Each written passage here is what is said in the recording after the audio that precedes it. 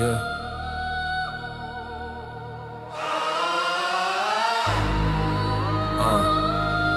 Chairman of the Kohrs.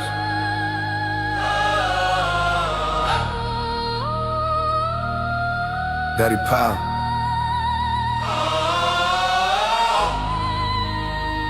Prince season. Print it up, spin it up, bend the whole system. Rates go up, make them all feel the pressure hit them. Yeah. Talk one word, whole world start to listen. Facts. Daddy Powell in the seat, ain't nobody switching. Flip the script, drip control, make the market crawl. Kill a rally, bring it back, I can build a fall. Yeah. One speech, one breath, make the giant stall. I don't chase the game, I define it all. Step in the chamber, the cadence is layered with data and danger. I'm raising the wager, pressing the button, inflation gets strangled. I strangle the angles, dismantle behavior. Markets be trembling, sentiment bending. I'm sending the message in decimal measures. You playing checkers, I'm checking the leverage, dissecting the pressure embedded in sectors. Talk is a weapon, I stretch it, compress it, the message, aggressive progression, oppressive. Fed intervention, dimension, attention is shifting the second I mention. Forward projection, perfection, inflection, correction, direction. I'm setting the metric. Every recession, a lesson. I'm testing the edge of the credit. I'm ending the metric. Liquidity dripping, I'm flipping the script in the system. Addicted to intra decisions. Minimal whispers created a vision. I pivot the vision and killing the wishing. You stuck in the past. I'm ahead of the crash. I'm a master of macro with tactical math. I don't react, I enact the collapse. Then I bring it all back with a fraction of wrath. Print it up, spin it up, bend the whole system. Rates go up, make them all feel the pressure hit them. Yeah. Talk one word, whole world start to listen. Facts. Daddy Powell in the seat, ain't nobody switching. Flip the script, drip control, make the market crawl. Kill a rally, bring it back, I can build a fall. Yeah. One speech, one breath, make the giant stall. I don't chase the game, I define it all. I move in silence, but the sirens start the second I speak. Got them reading every sentence like a message in Greek. I got the bond market lock your curve under my cleat. I turn a whisper to a weapon, make the deficit bleed. Strategic with the thesis, every piece is cohesive.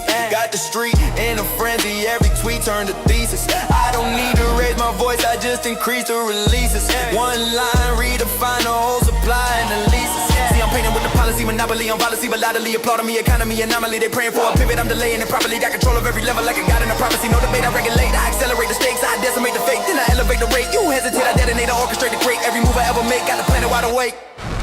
Print it up, spin it up, bend the whole system. Rates go up, make them all feel the pressure hit them.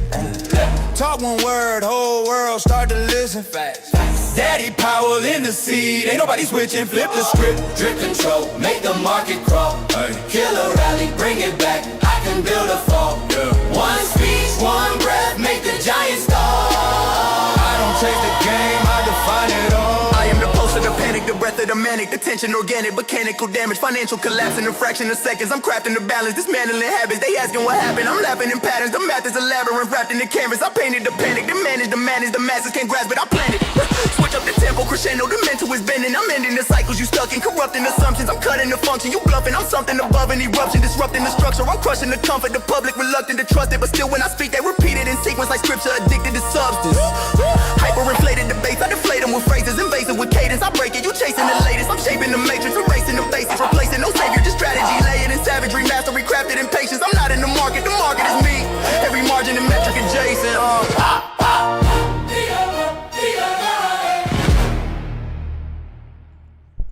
Oh, brother, oh, brother, oh, brother. Welcome back to another specialty episode of the Matt Kohrs Show, where I'm Matt, you're Kohrs, and together we are the show. Obviously, first of all, round of applause for that song. A banger for Jerome Powell, the chairman of the Fed, who this will be his last meeting. Obviously, whenever we watch these Fed meetings, they're all a little bit of history, but this one is pretty special because it is Jerome Powell's final FOMC Fed interest rate decision as the chairman of the Federal Reserve. So here's how it's going to go. In 10 minutes, we're going to be getting the interest rate decision. At 2 p.m. Eastern, they're going to be announcing that there's no change to the interest rate. That's how it's going to go. Fast forward 30 minutes from there, that's when Jerome Powell's going to get talking. That's when Dre Powell is going to be letting us know, I guess, what's good, what's not good. So that's the plan. Results of the Fed interest rate decision at 2 p.m.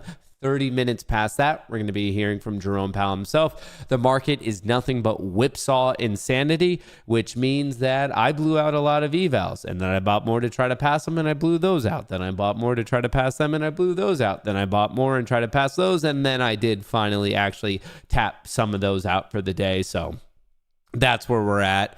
The accounts look really green, but that's because when you reset the evals, you don't really see how bad it actually was at first. So we're going to see how it's going to get going today.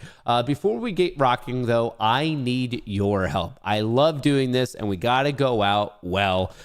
This goes until 2 p.m. I need to decide, if you guys don't know what this is, what will Powell say during his April press conference? We've been finding out recently that over the past 2 to 3, that the big bet is to take a bunch of no's. But it's kind of tough, because what if he decides to go a little bit rogue on us for our final one? So we got to see. We got to see. So unchanged, 99%.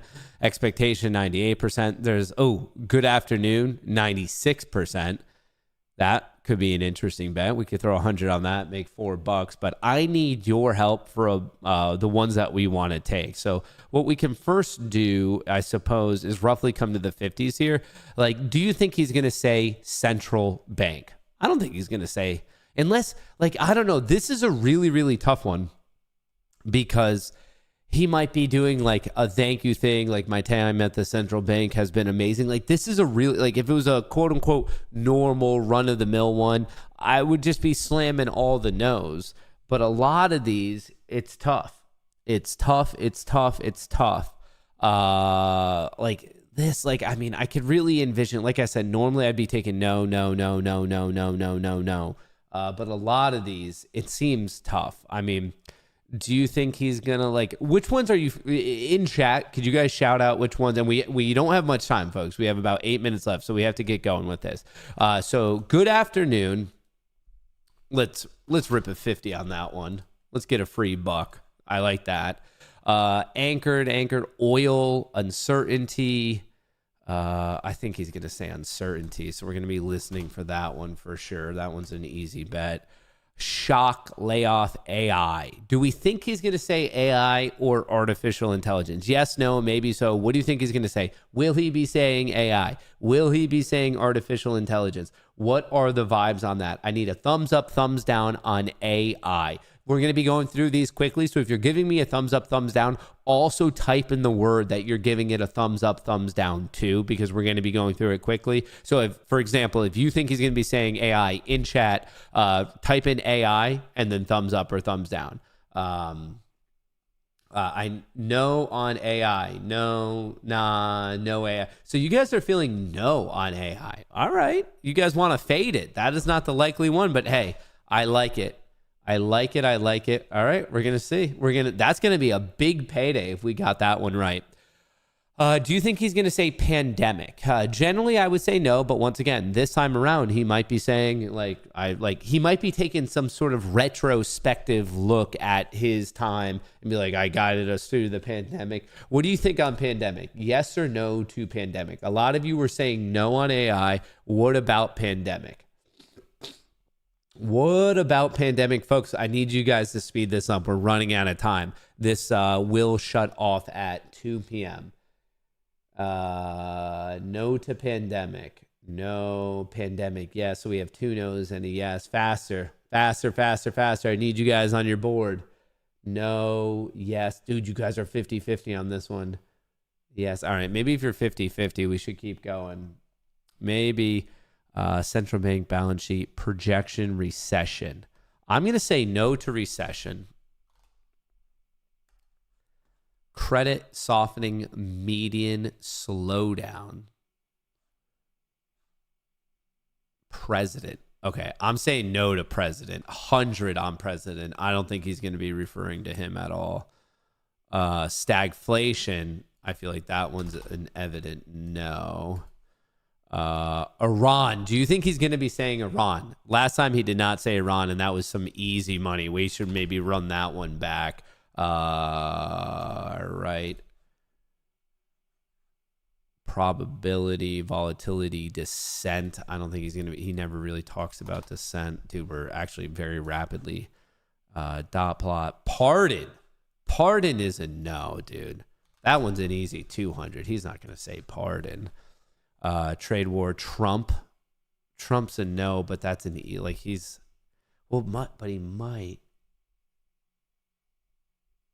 I mean, it just doesn't pay that much. It doesn't pay that much. Projection, dollar, pandemic productivity. Productivity? We'll take 50 on yes. We'll do a yes on productivity. We're going to be listening for that one. I'm here for Matt Kohrs FOMC watch party. Let's go. Forex. What's up? What's up? Forex. Ike, we're trying to pick some yeses and nos on what he's going to say, what he's not going to say here. Oh, man. You feeling good on any of these, man? Ike? You feeling good on? Yeah, I agree with the no to Trump. Just the odds aren't that good of it. Like the perfect 50-51 right now is balance sheet. Man, credit softening, median. The median, I could see him saying median. I mean, I could see him saying dollar is more likely yes than no. Is call sheet allowed in New Jersey? I believe so. When I was in New Jersey, it was. We have 3 minutes left, and we have $200. Dollar, yes. All right, we'll take the yes on the dollar. We're throwing yes on dollar. What about, how are you guys feeling about shutdown? Let's take the no on shutdown.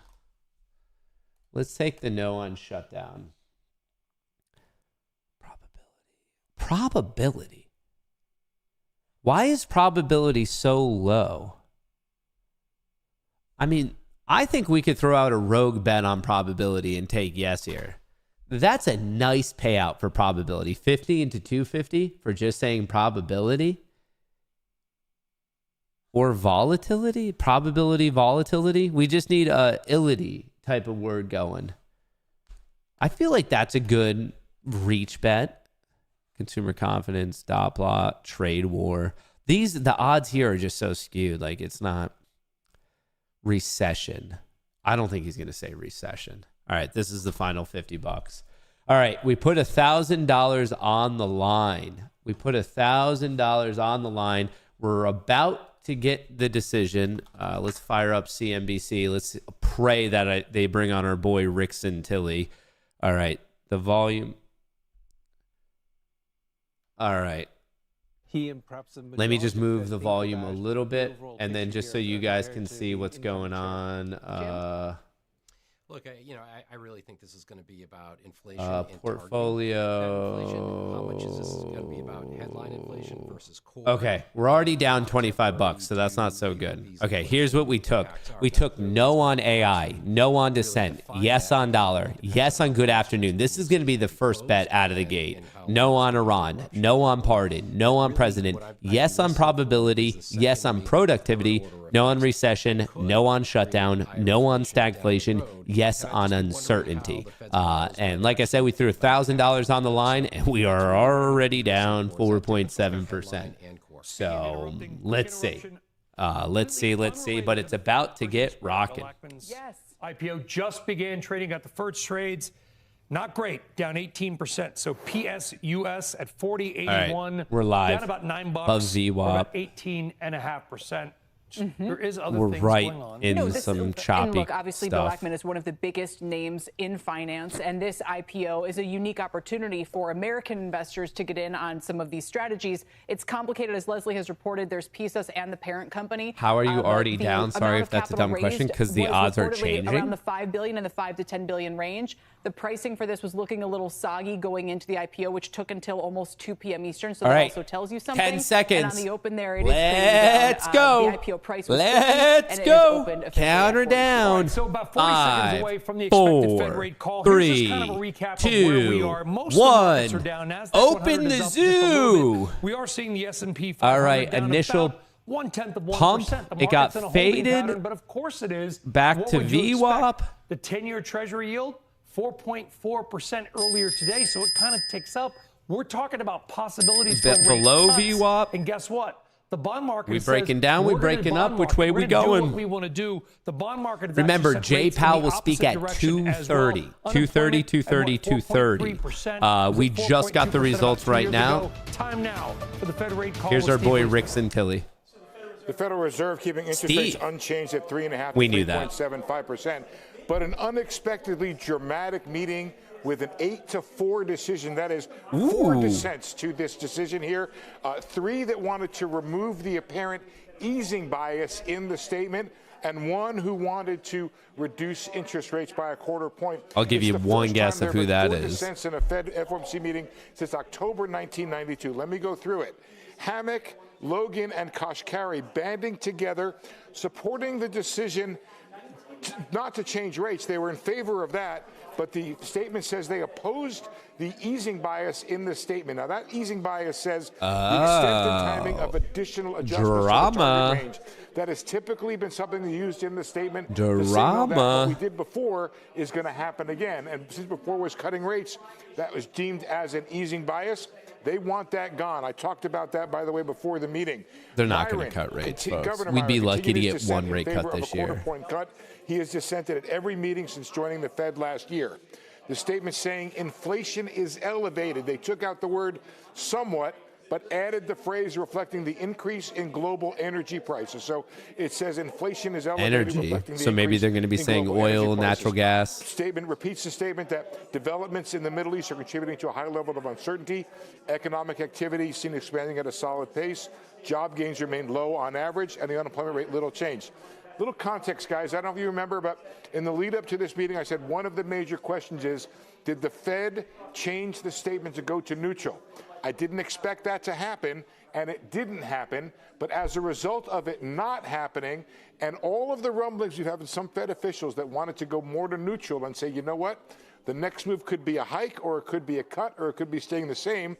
There's at least 3 of them who felt strongly enough about changing the statement and going to a neutral bias in their language that they decided to dissent today. Fed holds rates steady, but with highest level of dissent since 1992. Steve, stick around. Golly. Chicago for reaction in the bond market. And Rick Santelli, There's the our bond boy market's not Rick. moving a whole lot, but I'm sure you have a take on the 4 dissents. And I do wonder, did Powell lose control of the Fed at the end? Or I wonder if they felt like they could dissent because it was Powell's last meeting. Either way, it's a big headline.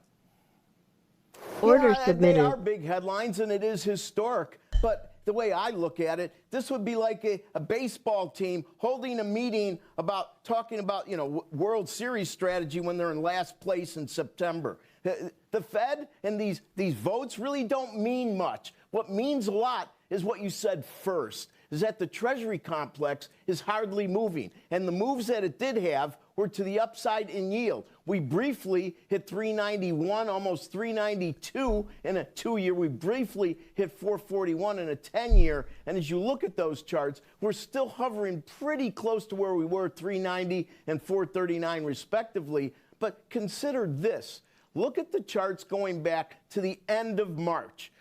Should we close here, a 2-year would have had the highest yield close since the 26th of March, a 10-year since the 27th of March, and yesterday's closes were basically right about in line with those numbers. So the point here is that if you look at what's going on in the Mideast, 443 is the high higher highs, higher lows, testing the trend line. I did learn this from a $6,500 course from a girl who totally knows how to trade. I would not know how to connect those lows to those lows or those highs to those highs without paying $6,500. What I'm showing you right now is a secret. And as far as the dissenting votes, I will say this.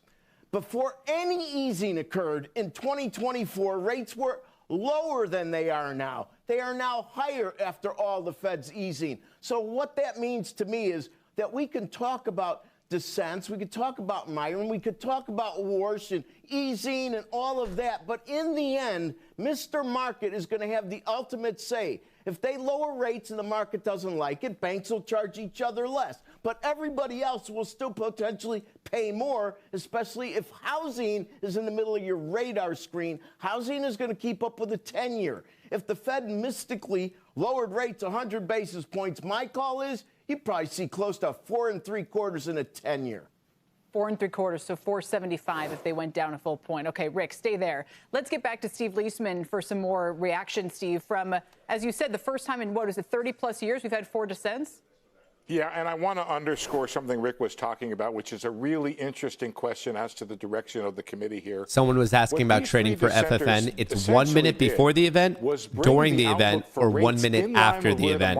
So as you can see here, I took the trade at 2:03, so I'm good. Have to move today because the market if you really want to see the time of my trade, it was I waited till specifically 3 minutes past, but you could do it with 1. Fed rate cuts, which don't really exist. What there are we're going to bounce. The blue dash line is the 50% of today's range. Let's just talk about to the end of the year. 94% for no change by the end of the year. 60% for no change. 63% for no change by July 2027.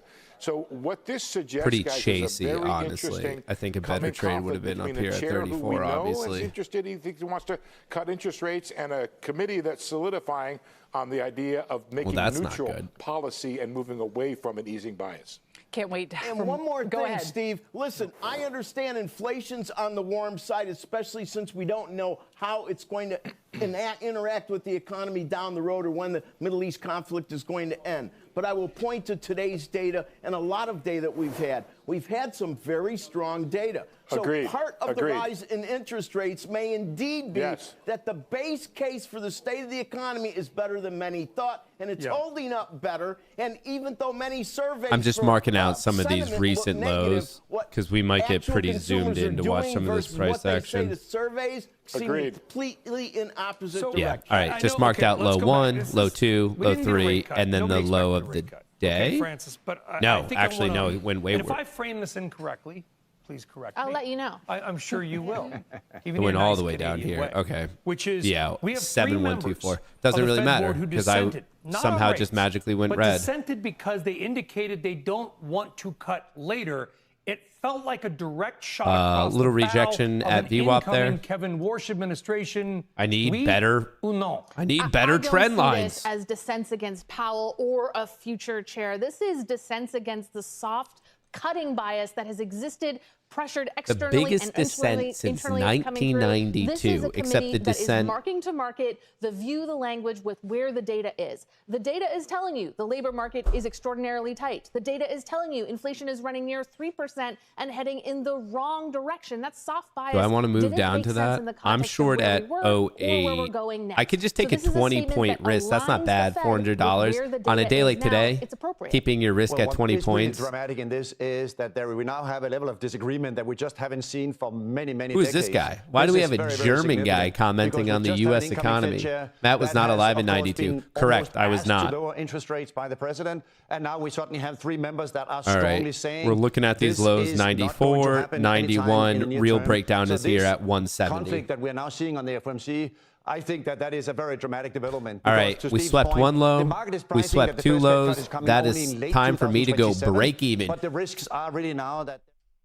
Attention, attention, attention on the casino floor. Free trade alert. The lucky Buffalo trader has once again gotten a free trade. Free trade alert, free trade alert, free trade alert. Thank you for your attention on the matter, all casino participants.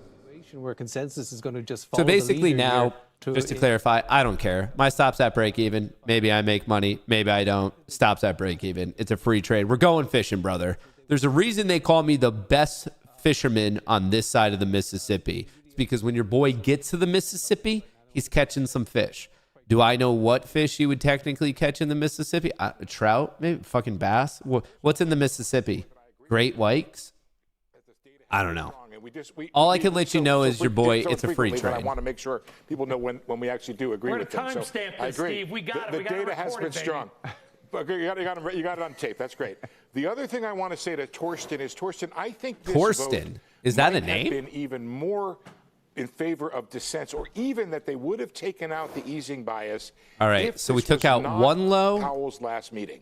I think Powell We wanted took a out hand two to lows. wash the status quo. What Didn't about want to three make a big lows? change And of obviously where the three Fed had lows been equal one over the Rob past low. several months just before he Looking left. at this low But I from think that 104 there's maybe p.m., more than three and people, that was the and big I've been breakdown I was following talking this closely. I about. know you If you're do not probably better breaking than I even do. at this point and you Each took out word that's that, come what the out, and fuck a are lot you of those doing? words have Have been some about, sort of risk we're not management on comfortable with this. idea. We Is wanna go to a more 27,015 too even keel here. ambitious? It's not about hiking, I don't know. and it's not about Did you have a cutting, it's about supportive being, we can go parents either when way. you were growing Before up? Torsten jumps in, Steve, can I ask you a kind of a tough question? Torsten. But I'd love a straight Call me answer as old-fashioned, possible. but I'm not taking Hammock, financial Kashkari, advice and from Logan, someone named are they fucking seen as, Torsten. forgive me, politically left-leaning or right-leaning? Well, Kashkari served in the first Bush administration. I don't know about Logan and Hammock. Hammock was Folks, the just so you know, treasurer the at Goldman Sachs. volatility is going to Logan keep was on the going. New York So Fed board. if you haven't already bought your evals on TPT, code Goonie, 40% off, no activation fee. Tradeify, code Goonie, 40% off, no activation fee.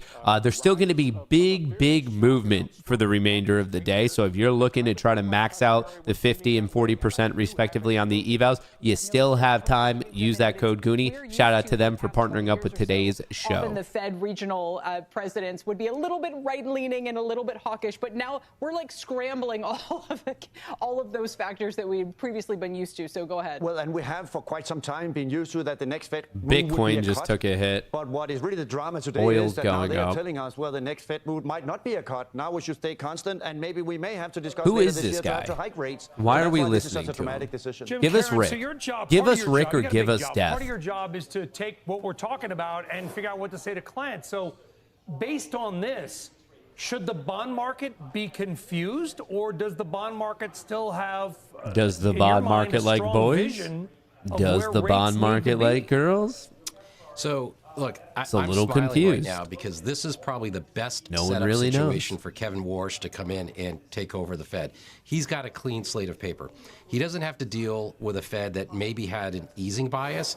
And now we've got some dissenters here today that's just showing that the Fed is just saying that we're neutral. So the new Fed chair gets to come in and just says, look, we What have changed a with clean your sheet of opinion paper. on It's a level Tradeify? playing field. The Tradeify We can Flex, interpret the data select as Flex it comes accounts are through. awesome. I think that the bond markets have it right. I mean, yes, yields have gone up, energy prices are higher, but ultimately what this tells us is that it starts to reduce the volatility of interest rates because we're not sitting here waiting for the Fed to cut rates 1 or 2 or 3 times or whatever the case may be. J-Pal. But we also don't necessarily Revenge of expect the them nerd. to I'm a hike little rates a nervous lot for this either. chat that's So, about to be therefore, happening. It looks like we have a very neutral Fed now going out as far as the eye We can have a see, very and that's going to reduce a lot of contentious interest rate Fed. volatility, and that should take Jim, down volatility in other markets. That's fine, except that, look, I mean, to Jim, just you Occam's dipshit, razor that's quote fine. here, to some extent, Warsh is coming into lower interest rates. All right, so this low clean slept sheet of 1, paper, 2, fine, 3 but lows, but we this is didn't now a take sheet of out the paper that 1235 is going low to make it harder for him to lower at rates. 153. Yeah, but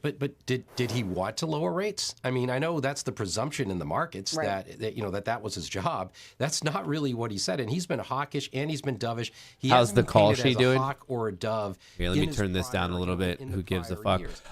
His view is Dude, that the Fed you should have guys a suck. I'm smaller already footprint down 10%. on the markets. A smaller balance sheet, which is a de facto tightening, a smaller. Apparently he's not going to which say means that you AI. have easier interest rate policy to offset. Or apparently a he smaller is. balance Shit. sheet. Those two things go hand in hand. Not the That odds doesn't are shifting necessarily on me. mean They're not he's looking going so to be good. Dovish, or that he came in with a predetermined notion to need to cut interest rates or even want to cut interest rates. What is this And that's why I'm bullshit? saying that Is this a going to great full trip all the way start for back Kevin up? Warsh. He doesn't have to battle this and deal with a. If it does, it's a rate-cutting bummer. But bias once that was again, left that's why I over already in put my head. stop at break Maybe that's even. Why not? We see the markets tilting more in a hawkish direction. Again, none of this matters so much until the press conference happens. Yeah, let's get going with this press conference. Dow's session lows down 410. Rick Santelli, you were going to jump in here. There's our boy Rick. Yeah, the curve is flattening, and I think this is something we need to pay attention to because I think the long end has had its GPS. When we look at our long rates against Japan, against the UK, against the Eurozone,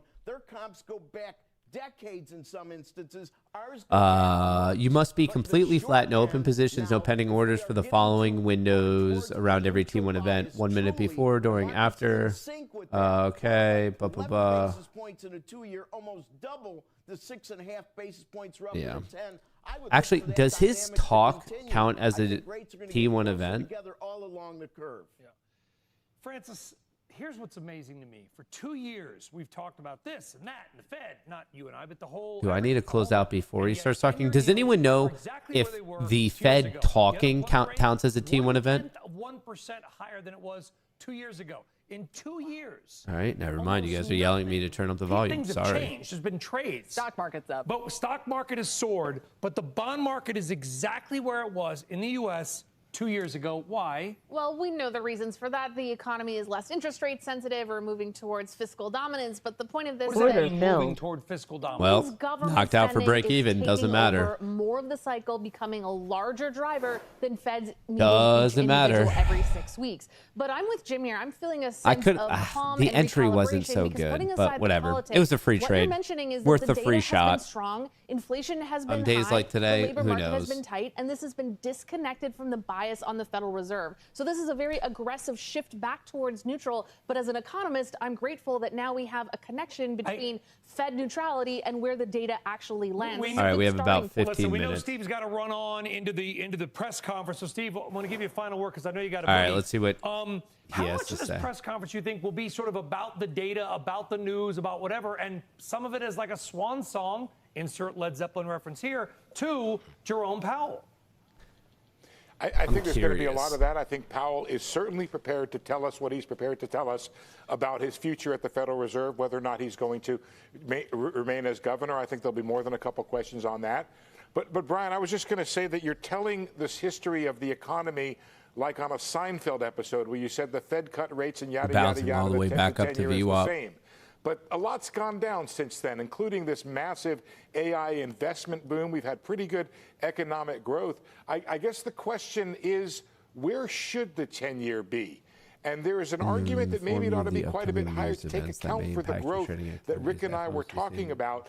And I think you're seeing that, just to bring it back to where this discussion began. So is that just 2 p.m. or is that 2:30 though? Maybe you're seeing that reflected in the three dissenters, and a growing sense that maybe the Fed needs to either be tighter or remove this easing bias, and that it's in the right place for the growth that's Cake here bounce? and Maybe. the We're inflation going to that's find here out. and Calm, coming. cool, collected.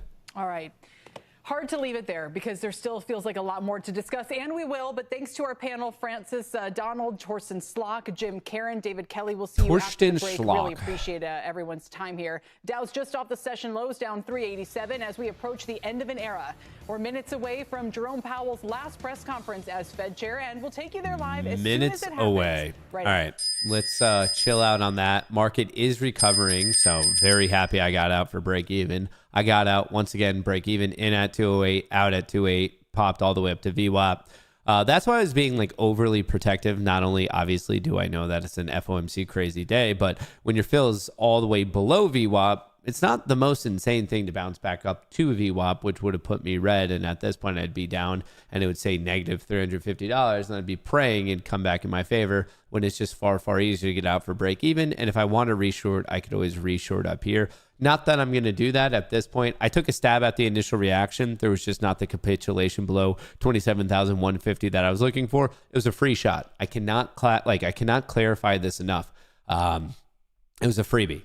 Absolute freebie. If it went, great. I make a bunch of money. If I was wrong, which I was wrong, it just didn't really keep going. Well, it just cost me nothing. Worst case scenario was break even. Best case scenario was like a $3,000 return. So I'll take those risk reward setups all the time because the risk is nothing and the reward is high. Very much looking for that asymmetric response. Just on this one, it didn't happen. And honestly, that's probably going to happen about 1/3 of the time is you're actually going to get the capitulation or the pop, while 2/3 of the time probably going to get knocked out for your unit loss or for the freebie. So it is more likely than not that you don't trend when it comes to the world of active trading. Remember, intraday, there is quite a bit of mean reverting aspects to it. So I just want to be clear on kind of the thought process behind this. Most of the time, it is not going to keep trending. That is just how the market works. half of the time I'm going to be losing money. But my goal is either to get out for break even or take a small loss. And then for the other portion of the time that I'm right, I obviously want to see how long I can ride it. So if 1/3 of the time you're making 1K, but then when you're wrong, half the time you're only losing like 100, obviously that math is going to math in your favor. So I managed it exactly how I should. It was a freebie trade. That is my favorite way to trade is, hey, get into it. See if you can ride the trend. If you can, great. Other than that, it's break even. So it's no sweat off your back. If you're just joining in right now, there was no change to the Fed interest rate whatsoever. We were at 3.5%. We remain at 3.5%. There are two unique things about this meeting that's going to be taking place in 10 minutes. Number one, it is Jerome Powell's last Fed presentation, speech, press conference, whatever you want to call it, as the chairman of the Fed, as the chairman of the central bank. So that's what they were just pontificating upon on CNBC. Will it be a swan song? Is he going to tell us the world how he really thinks? Is he going to keep it professional? You never know, because remember, there are lawsuits looming over his head, so you never know how that stuff's going to go. So I guess get ready, be prepared. We made a bunch of call sheet bets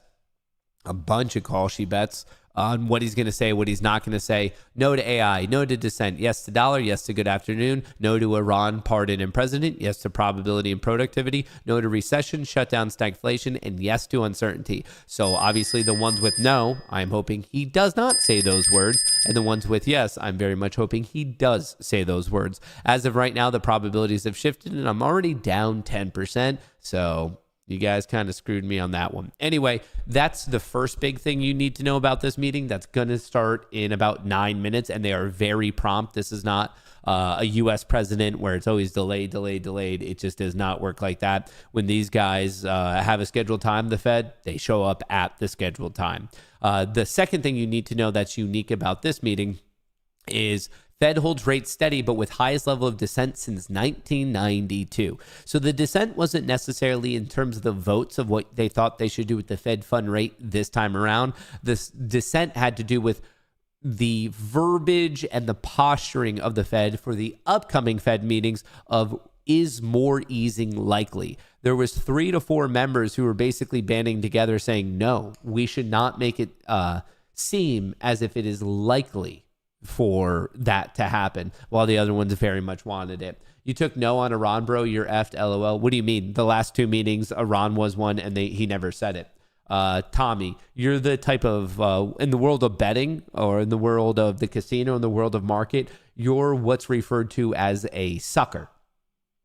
You are very much referred to as the sucker here because in the last 2 meetings, it was a bet. Everyone thought it was likely, and he didn't even come close to saying the word Iran. So once again, do your research, know your odds, and understand just because you have some weird gut feeling about the situation doesn't make it likely at all. Like I said, you're the sucker. You are 100% the sucker in this situation. And you would have known that if you did 30 seconds of research. Literally go to ChatGPT and ask the question, did Jerome Powell say the word Iran in the last 2 meetings? Now, I have no idea about this one. No idea about this one at all. But just going off recent odds, the odds would suggest that he will not be saying it. So that's why we're here. We're going to see. We put $1,000 on the line. The odds are shifting right now, but it doesn't matter much. Obviously, what matters is like when he really gets talking. Remember, be careful. If you are trading, be careful of the time. You shouldn't be trading a minute before, during, or a minute after 2 a.m. Obviously, that's past, so you can't do anything about that now. But just to be safe, you probably shouldn't be trading between the windows of 229 and 231 just to be safe. Some of these SIMDA-funded firms do have rules about trading major news events. CPI, PCE, FOMC can count as that. Not all firms have a rule at the 2:30 meeting, but just to be safe, you might want to, if you don't have a position, you might want to wait. You might want to pull all your orders. You might want to just be sitting there calm. But once again, you might want to just black yourself out, like from trading or just in general, you might want to black out. I don't know, whatever floats your goat. 2 p.m. Sorry, I'm on upside down time here in China. But anyway, between 2:29 p.m. and 2:31 p.m. ET. You might want to just make sure all your orders are pulled. And actually, on that advice, I should make sure all my orders are pulled. All right, cancel all orders. I have no live position. I took a stab, break even, just didn't work. We ripped up to VWAP. No surprise there. Honestly, playing this dip back up to VWAP was probably a strong play just on this idea of mean reversion.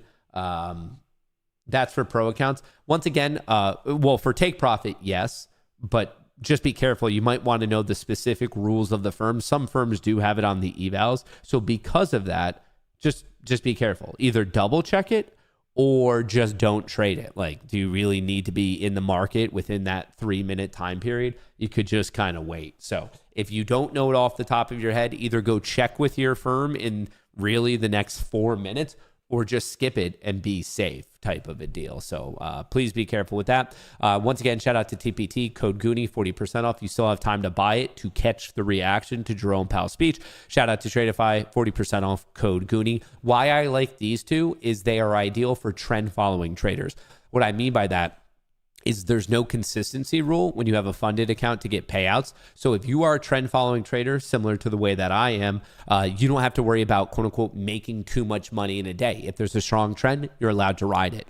Other firms, obviously, that could be problematic because if there is consistency, you might make too much money in a day. That's happened to me. It's probably happened to you. It's a common issue. So if you are a trend following trader, that is something you're going to want to consider. The TPT accounts or the Select Flex Tradeify accounts. Those aren't the only two that do it. They just happen to be two of my favorites that do behave in that manner. Now, that's specific to you if you're a trend following trader. Now, for those of you who aren't, maybe you do measured profit targets. Maybe you're a short-term momentum trader. Maybe you're a mean reverting trader and you're like, no, I risk 10 points and I go for 10 points. Well, that's probably something that doesn't really matter to you. Prohibited news events, all products. FOMC statement, announcements Wednesday at 2 p.m. Fed speakers, FOMC meetings are allowed. Fed speakers are allowed.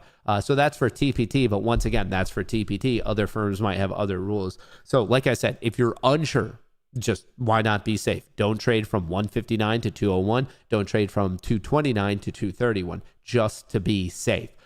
Most firms do allow you for the speech, just to be clear. But once again, I don't want you guys to be like, well, I happen to be on the one firm where I can't, and I traded, and now I'm mad at Matt. So just be safe. But most firms do let you trade for the speech, just to be clear. But it's not like I've memorized all of the firms that all of you are using. Okay.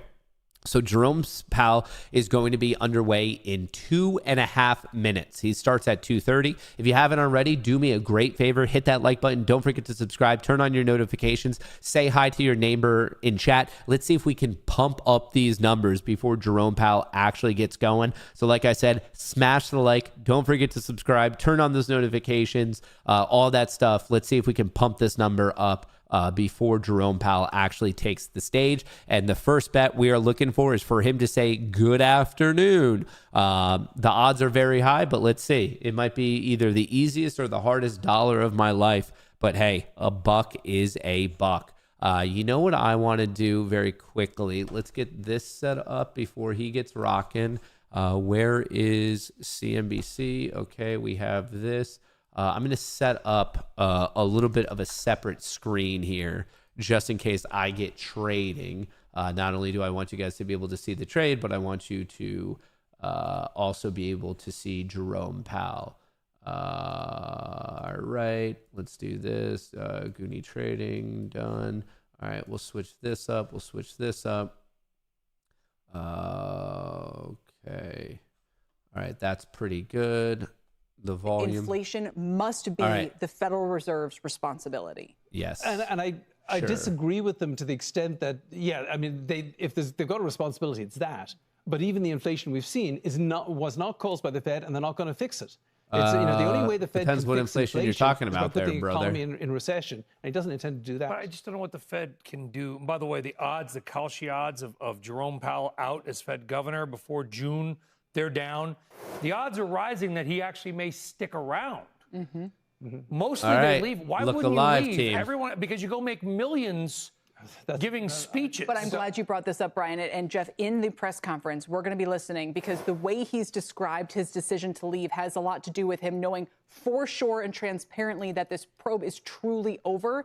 And he's going to basically look alive. We are starting very soon. Feel free to screenshot this. We'll come back, check it. The account started with $1,000. We're already down 10%, but he may also want to see a decision on the unfortunately. Because I think much more than money, he values Fed independence. That is his core value. So I think he might stick around until there's a resolution to exactly. that. If he knows that Lisa Cook is safe. All right, let's get underway, folks. 5 seconds. Even not as chair, but even on the Fed, he can be a vocal defender of Lisa Cook from this high perch. Well, a defender of the Fed's independence because it only gives the president 2 seats to fill instead of 3. Remember, right after this, we have 4 of the biggest earnings possible. Meta, Microsoft, Amazon, and Google, a.k.a. Alphabet, all reporting right after the market closes. Jerome Powell, when he knows that, they're hiding you on my YouTube algo. I'm sorry for that, but you guys could help me out by smashing the like button and turning on those notifications. That's how you guys could all help me out. It would mean a lot. All right, let's go.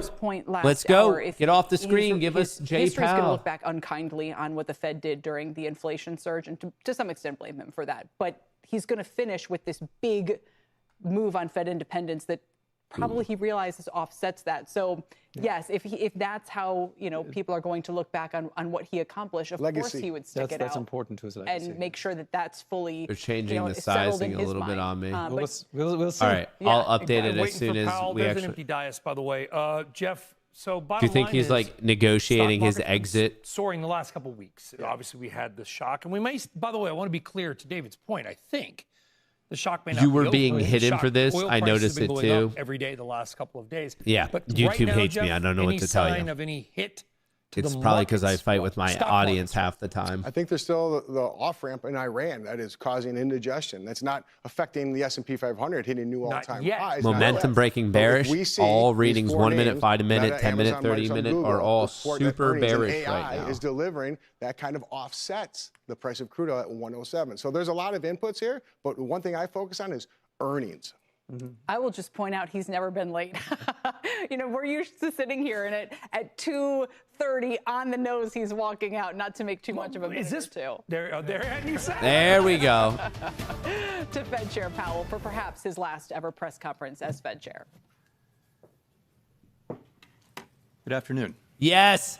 Bet one hit. My colleagues and I remain squarely focused on achieving our dual mandate goals of maximum employment and stable prices for the benefit of the American people. The U.S. economy has been expanding at a solid pace.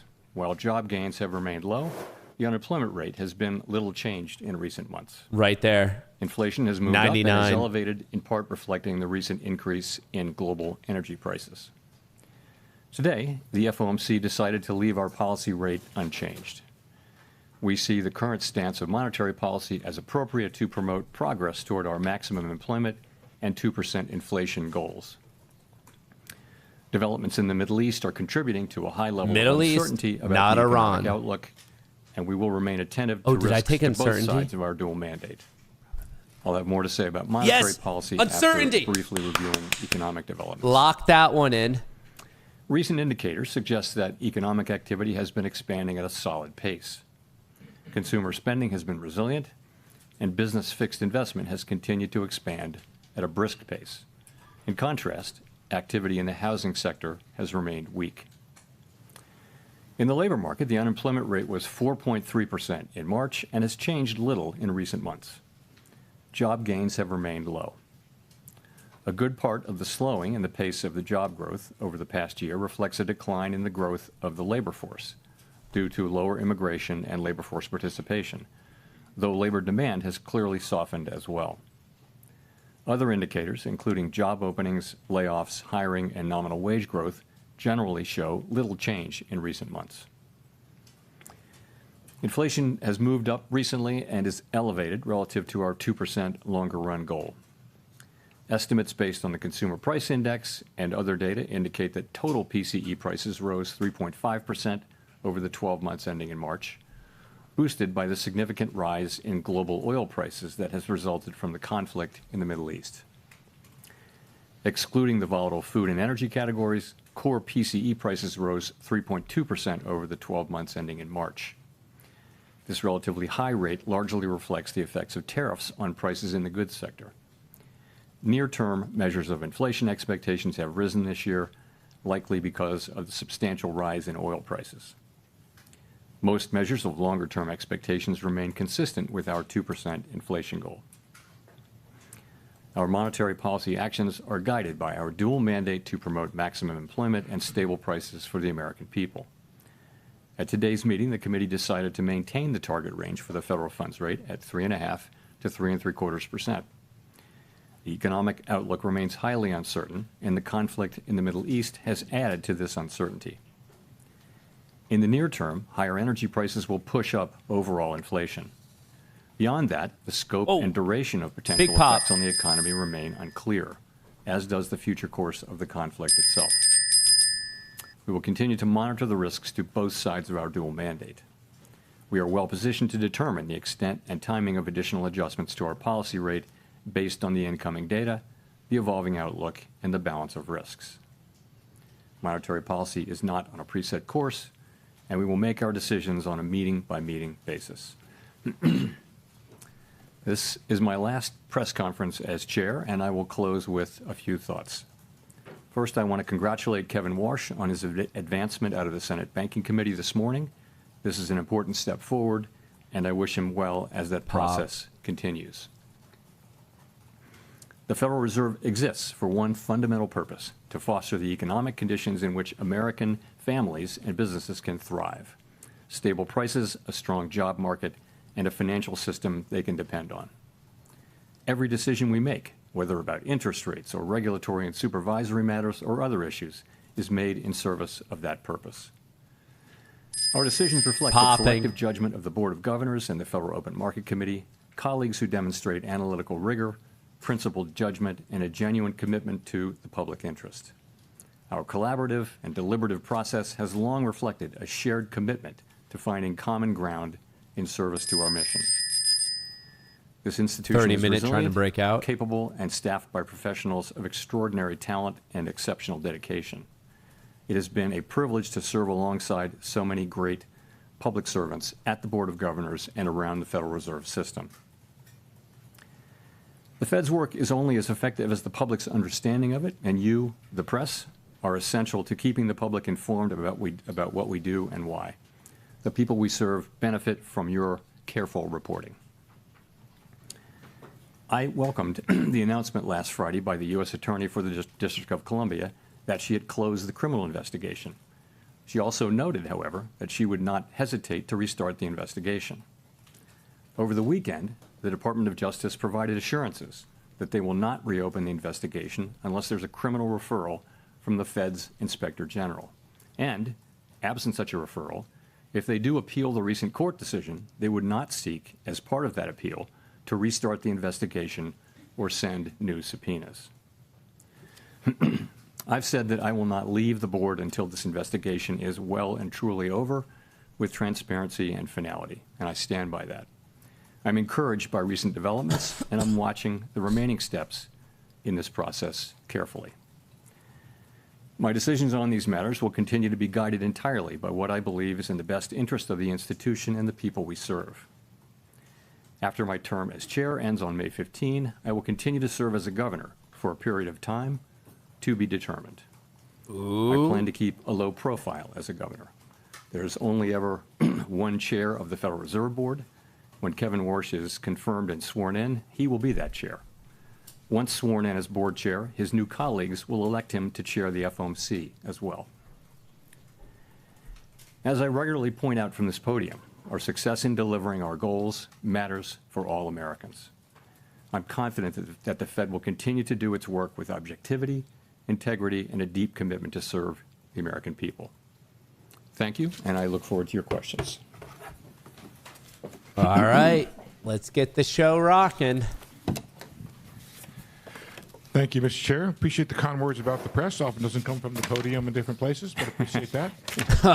Dude. Can you talk about what is gone into your decision to remain on the board? What kind of criteria are you weighing, and how long might you stay? Thank you. Shit, still down $70. My concern is really about the series of legal attacks on the Fed, which threaten our ability to conduct monetary policy without considering political factors. And I want to note here, this has nothing whatever to do with verbal criticism by elected officials. I've never suggested that such verbal criticism is a problem, and neither has anyone else here. But these legal actions by the administration are unprecedented in our 113-year history, and there are ongoing threats of additional such actions. I worry that these attacks are battering the institution and putting at risk the thing that really matters to the public, which is the ability to conduct monetary policy without taking into consideration political factors. It is so important for our economy, for the people that we serve, that they can depend over time on a central bank that operates that way, free of political influence. It's part of the absolute foundation of this amazing economy that we have. It's just one of the many reasons why the U.S. economy is the envy of the world. That piece of institutional architecture separates successful countries from unsuccessful countries. It is extremely important, not for the people who work at the Fed at any given time, but for the people that we serve, that the Fed remain able to conduct monetary policy in a way that doesn't get pulled into politics, trying to help or hurt any particular politician or political party. It's critical for the people that we serve. In terms of when I would leave, I will leave when I think it's appropriate to do so. Was that all your questions, or was that? Well, I just have a follow-up, which is, what would you say to the criticism that by remaining on the board, you're actually taking a political act and denying President Trump the majority of the board, which as president he would have if you left? I don't see that at all. As I mentioned, I'm literally staying because of the actions that have been taken. I had long planned to be retiring, and the things that have happened in the last 3 months have I think left me no choice but to stay until I see them through at least that long. Do you think Trump wanted him to stay? I don't see how this will interfere. My intention is not to interfere. I was a governor for almost 6 years, and the tradition is at the Fed that governors who understand how difficult the role of chair is, and as a soon-to-be former chair, I do understand how hard it is to get consensus with 19 strong-minded people. You work with the chair. You try to be heard, but also collaborate with the chair and try to support the chair when you can. When you can't, you can't. And I think that's the attitude that people generally take, and that's the attitude that I'll take. Nick. Chair Powell, if I could ask about the inflation outlook. In March, you described the standard practice of looking through energy shocks as conditional on inflation expectations staying anchored. Since that meeting, there has been very little progress reopening key energy trade corridors. Can you help us understand how the inflation outlook has changed in the intermeeting period, beginning with the prospects for tariff pass-through resolving on the timeline that you had outlined in March, before getting to the energy shock that is now on top? So, I would look at it this way. For a long time, we've been working on the hypothesis, really, that tariffs would lead to a one-time price increase and that would go away over time.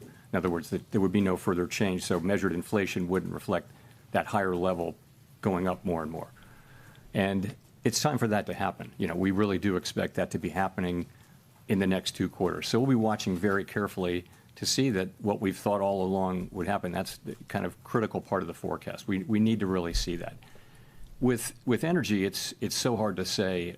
I mentioned, in sort of the textbook, you would look through an oil shock because they tend to be short-lived and they tend to revert, and monetary policy works with long and variable lags. So you wouldn't necessarily react right away. I think that is all the more true given that we're several years above 2% inflation and that we're already looking through the tariff shock. So I think we're going to be very cautious about that. But the question about looking through energy really is not in front of us right now. It hasn't even peaked yet. And I think we'd want to see the backside of that and progress on tariffs before we even thought about reducing rates. So if I could follow up, the statement today preserves language that has taken on some meaning as it was socialized when the committee was actively lowering rates. Why is that easing bias still ripe, given how different the inflation outlook is now versus a meeting or two ago, And what more would have to happen for it to get evicted? So that was, as you will recall, we had a discussion about that at the last meeting, and we talked about it in the press conference after the March meeting. We had the same today. We had quite a vigorous discussion about that very issue and the guidance, and is it still appropriate, and that kind of thing. And I would say that the number of people on the committee who either could support that language changing to a more neutral stance so that a hike is as likely as a cut. That number has increased over the intermeeting period, and it's easy to see why. I mean, it's a good question, right? You see, inflation has moved up over the interim a bit. Core inflation's 3.2 now, moving, albeit just a little bit, in the wrong direction. And we know that there will be, that there's headline inflation coming out of the Gulf, and we don't know how much that will be. Coming out of the Gulf, not saying Iran. He's not going to say it. It makes all the sense in the world that people would look at that, and we'd have a vigorous discussion about that. You saw that 3 people dissented over the language. I think all of those people agreed with the rate decision. So the majority of the committee did not want to do that. He said dissented. I didn't think we needed to do it at this meeting. It really was just a question. Hell yeah, I think I'm good. Why do we need to do that now? We have so much to learn. There's so much uncertainty about the path ahead.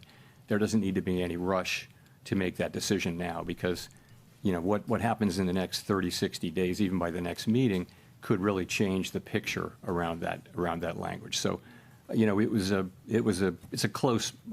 a much closer thing on the committee than it was in March, and that makes all the sense in the world, it seems to me. So, Claire Jones, Financial Times. Just going back to this issue of the easing bias, we've now got oil approaching $120 a barrel when it comes to the benchmark Brent crude. If it stays around those levels 6 weeks from now, what would be your best guess as to whether the easing bias will still be in the statement? Thank you. I wouldn't want to guess. Well, first of all, we're going to have new leadership in all likelihood by then, and new leadership's going to have a very important role to play in that. So I won't be standing here at this podium to answer your question. So I don't know. As I mentioned, that's all I can really say is that we had a great discussion about that today. It's gotten to be a better question in the interim period. We had the discussion. A majority are still on the page of not feeling the need to move to that level, and that's where I am. I get it, though. At a certain point, you would move, and that conceivably could come as soon as the next meeting. Thank you. Just to follow on, the new leadership also seemed rather lukewarm on press conferences and on the dot plots. What would your advice to him be on these communication tools? So I'm not going to give him any advice through you today here, but I think communications generally is. I think every incoming chair takes a look at communications, and it's a very healthy thing. I mean, communications it's very complex, and you can always be looking at new things. And if that happens, it feels like it's going to happen. That's a completely appropriate thing. Neil. Hi, Chair Powell, Neil Irwin with Axios. Can you tell us if you've been in touch with incoming Chairman Warsh? To what extent is this a normal transition process versus all the things swirling around, something unusual, and what can we expect when he takes that podium in a few weeks? I haven't seen him since seeing him at a dinner in January where I congratulated him and had a nice chat with him. Haven't seen him. I don't know what a normal process is. The last process was with Janet Yellen, with whom I had worked for 6 years, and so it was. We were sitting down the hall from each other, so it was a very different thing. I think this is and will be a very normal, standard kind of a transition process. So that's what I expect. I have every reason to think it will be. Quick follow-up: is the Supreme Court ruling on Governor Cook a factor in when you may leave as a governor? I wasn't thinking of it as such, but no, not really. I mean, I'm thinking more of the other things I mentioned.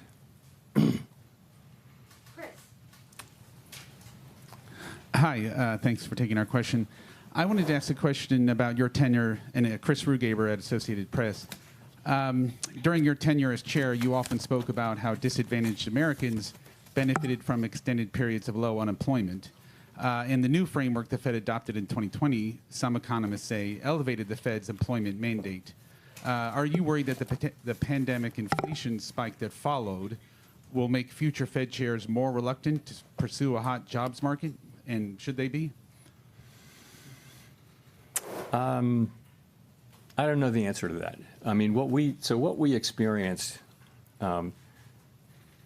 in the teens, the mid-teens, was really low levels of unemployment for a long period of time and no reaction from inflation. And we all very much took notice of that. We also noticed that the biggest wage gains were going to people at the bottom end of the income spectrum. And we had many, many reports of, it felt like a fairly stable equilibrium, and a lot of benefits were flowing to people at the bottom end of the income spectrum, including companies were, setting up in people who were confined and like training them before they got out. And it was a very healthy sort of set of societal dynamics. So, of course, I think anybody would love to get back to that.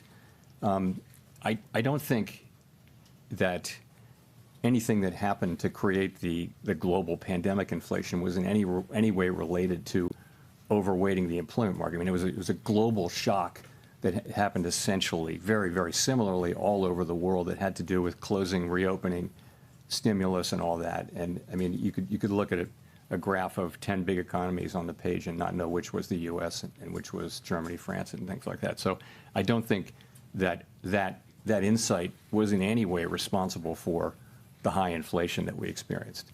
So, I mean, I think it's always been a balance. You've got to be strong on both of our dual mandates, and for example, now we don't feel that the labor market is at all a source of inflation, so we don't need to be worrying about that. It's been a long time since we have had to worry about that. Well, actually, during the pandemic recovery, the labor market was super overheated and tight, and that's when we had to worry about it, but not now. And just on the other issue, do you need more assurance from the Justice Department before stepping down? Is that what you're waiting for, or what else? I'm waiting, for the investigation to be well and truly over with finality and transparency, and I'm waiting for that, and I will leave when I think it's appropriate to do so.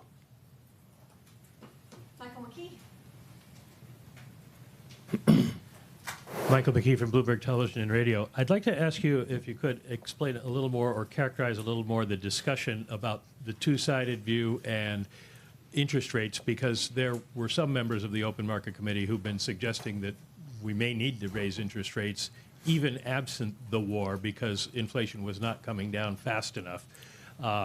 Is there any sense that interest rates might have to go up, or was this just a setup to sort of warn people that you're worried about the war impacts? So the three dissenters and others who could have supported that, and others who were voters and non-voters who preferred it, they all supported the rate decision, right? So people are not saying we need to hike now. It's more a question of, don't we kind of feel that we should be neutral? And what are markets doing? People argue that this is consistent with markets are doing. And again, it's a very fair question, but these changes, it's a form of forward guidance, and you want to make them in a way that will be sustained and continue to make sense, and not something you need to take back, fairly quickly. So I think a group of us, including me, didn't feel like we needed to be in a hurry on that. That markets are not confused about our reaction function. We don't have a problem to solve on that. But the other side of the argument is a good argument, too, as I mentioned. It's a perfectly good argument to be having, good discussion to be having. So, and it came out the way it came out. Well, you've got three dissents in favor of two-sided warning. You've got yourself staying on the board.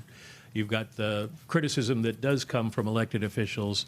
And you've got a lot of critics who have faulted the Fed for being too slow 2021 with inflation. Are you worried about Fed credibility under all of this? Is that one reason that you want to stay on?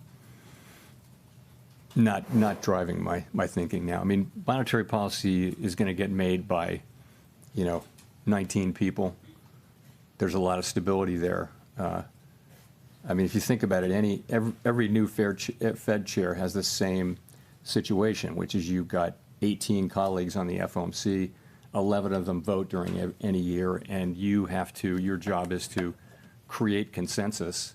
It's to talk to them, understand them, be inside their thinking, and be able to pull them together and get consensus and move. And that's what every Fed chair has to do. And I think Kevin Warsh is actually quite well. He has the capabilities, skills to be very good at that, I would think. So I think I'm not so worried about that process. I think that'll work itself out. Thank you, Chair Powell. Howard Schneider with Reuters. You mentioned that staying on as a governor, you intend to keep a low profile. I'm just wondering if you could give us a little more detail on what that looks like and how you can... Touche. Walk down the steps. What that looks like, and particularly around the policy discussion, how you're able to have your intervention and not be a shadow chair and not have a kind of an outsized influence over the process. Yeah, that's just something I would never do. The shadow chair thing. No, I don't know what the exact specifics of it will be, but I'm going back to being a governor. I respect the role of chair. I was a chair. I was a governor for 6 years, and I know what that's like. I know, and I had a pretty front row seat particularly with Chair Yellen, to whom I was close when I worked with Chairman Bernanke for 2 years, but. I was brand new at that time. So I got a sense of what it was, and I had real sympathy for how hard it is to get that group to consensus. And I always felt like I don't want to add to that unnecessarily. And that means try to support the chairs where the direction the chair wants to go in if you can. If you can't, you can't. And I think that's the way it's always worked there, because the chair only has one vote, plus the ability to develop consensus. And if people won't be they won't, if they're not flexible at all, then how do you ever do that? And so that's why the authority the chair has really is to develop relationships with people and work with them and then put something forward that has consensus. And I propose to be a very constructive participant in that process, really out of respect for the office of the chair. And in your view as a soon-to-be governor, how do you see the risks of oil prices bleeding into core inflation in coming weeks? Because it seems like the commentary that was coming from particularly some of the Reserve Bank presidents, they were elevated concerns about the bleed into core. And, here we are with 3 dissents now. What do you see as the prospect of a core inflation? Those prospects are real. Remember, though, they're real, and the real thing is we're going to have to wait and see. We're going to need to see. And the good news is we think our policy stance is in a very good place for us to wait and see. We're right kind of at the high end of neutral or perhaps mildly restrictive. The labor market shows more and more signs of stability, whereas inflation is kind of misbehaving. And so maybe a little bit of restriction or the high end of neutral is just the right place to be. So we can wait here and see how things work out before we act.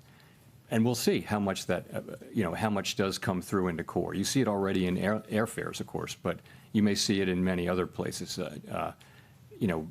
We just don't know yet, and it's so unknowable because how long will the strait be closed? You can develop any number of scenarios that you want, but we really won't know till we know. So fortunately, we're in a good place to wait and let things develop.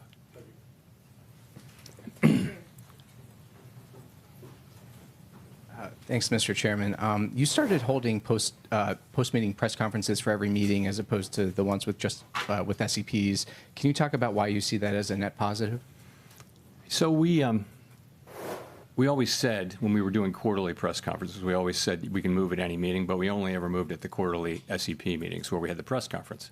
So if you think about it, up. During the pandemic, we were moving like a lot. Oh, by the way, this is already at break even. And doing that without a another press freebie trade, quite challenging. You never know. It's become the industry norm. It's the standard. I don't know whether that has to remain that way. I don't know. I mean, it's just something people have become used to, and I do think it's quite helpful to I try to deliver a message on behalf of the committee. Looking at 300, 18 other people going out and delivering their message, and it's going to be all over the place because we do thankfully have widely disparate views. Okay, thanks. The other thing I wanted to ask about was the communications review from last year. Could you describe the debate last year? What changes were considered? What you wanted? and what prevented action, any action on those changes? So yeah, I'm not going to go into the real small specifics, but what we found very quickly was that making changes, making really large changes, for example, to the dot plot or the SEP, it didn't have, we couldn't come up with anything that had really broad support on the committee.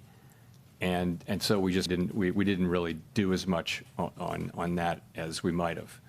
And, you know, I was never the world's biggest fan of the dot plot, but you can't beat something with nothing. And, you know, we've looked at a bunch of things, and, you know, it's something, like I said, I think every new chair is going to look at Took out the our high suite from of 1151, looking at the think high about from what would 1038, be and also pre-market. changes. We are the only major central bank that doesn't publish a forecast. And that's because we have a 19-person committee, and you know, you try to do that at the board. That's hard. At the committee, that's hard. It's hard if you do it at the staff. So it works. I think our communications are fine, but looking at doing it in a different and better way is the most natural thing in the world.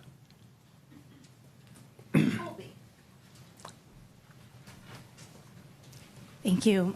Colby Smith with the New York Times. If I could follow up on Mike's question about hikes, are we right to assume that the hawkish outcome for the Fed is still one in which the committee just extends the pause in rate cuts?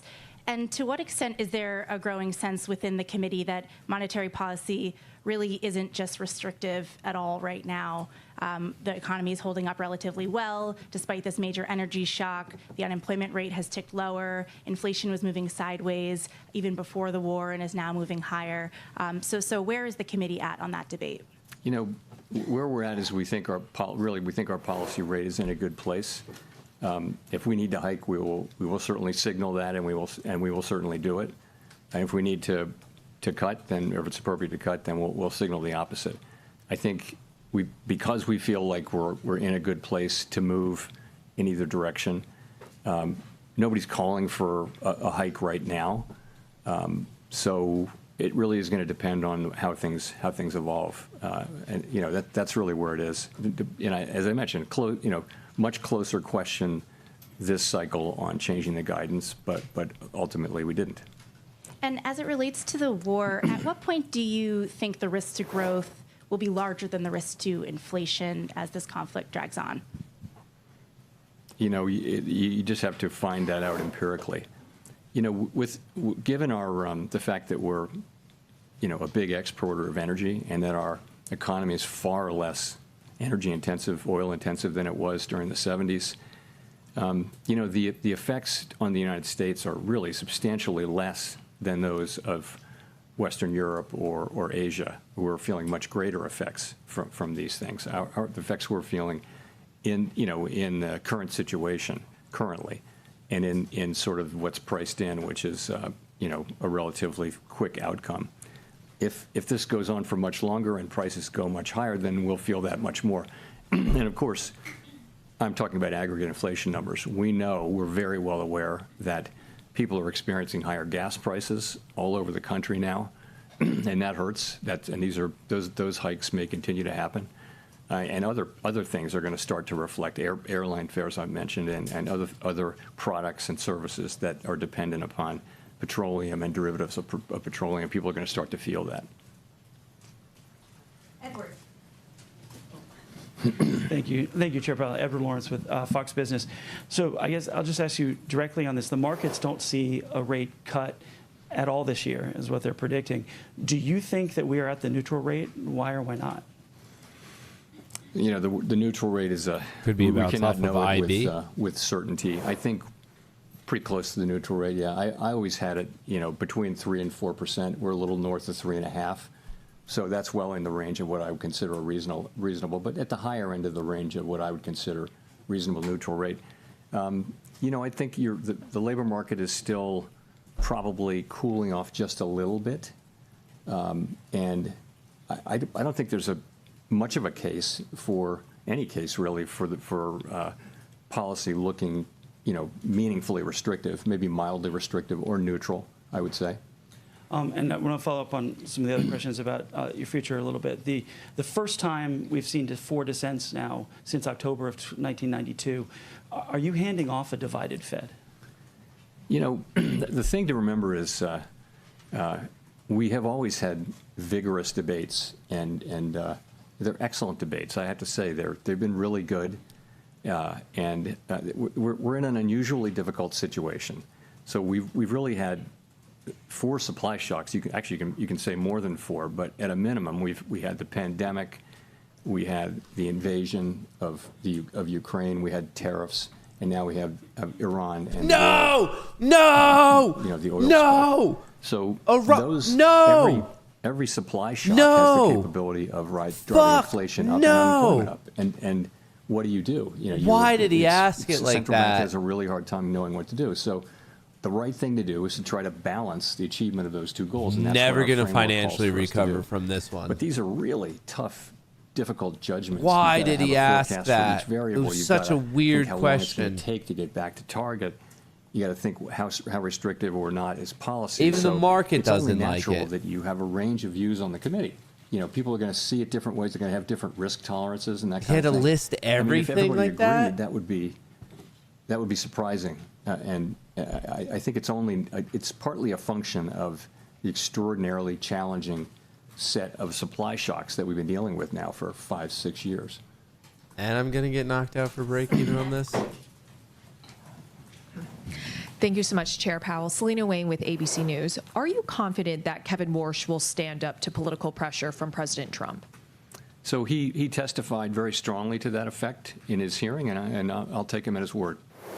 And when it comes to gas, right now it's over $4 a gallon. Inflation just hit a 2-year high. Should Americans expect to be paying higher gas prices for the rest of this year? And in your Knocked view, out for does break that even take again. a rate cut off of the table? And secondly, by staying on as Fed governor, what message do you think you're sending to the president? I don't know what gas prices are going to do for the rest of the year. And it will depend on how long the strait remains closed and how quickly it can be reopened and that kind of thing. But remember, when gas prices go up, that's disposable income coming out of people's How pockets. much So they're points gonna is spend your less on target? other things. That's not how I There will be a trade. hit to GDP. So it's a question whether spending goes down to offset the inflationary effects. So it's not the answer isn't obvious ex ante whether you should move your rate over because of that. We'll have to see how it evolves.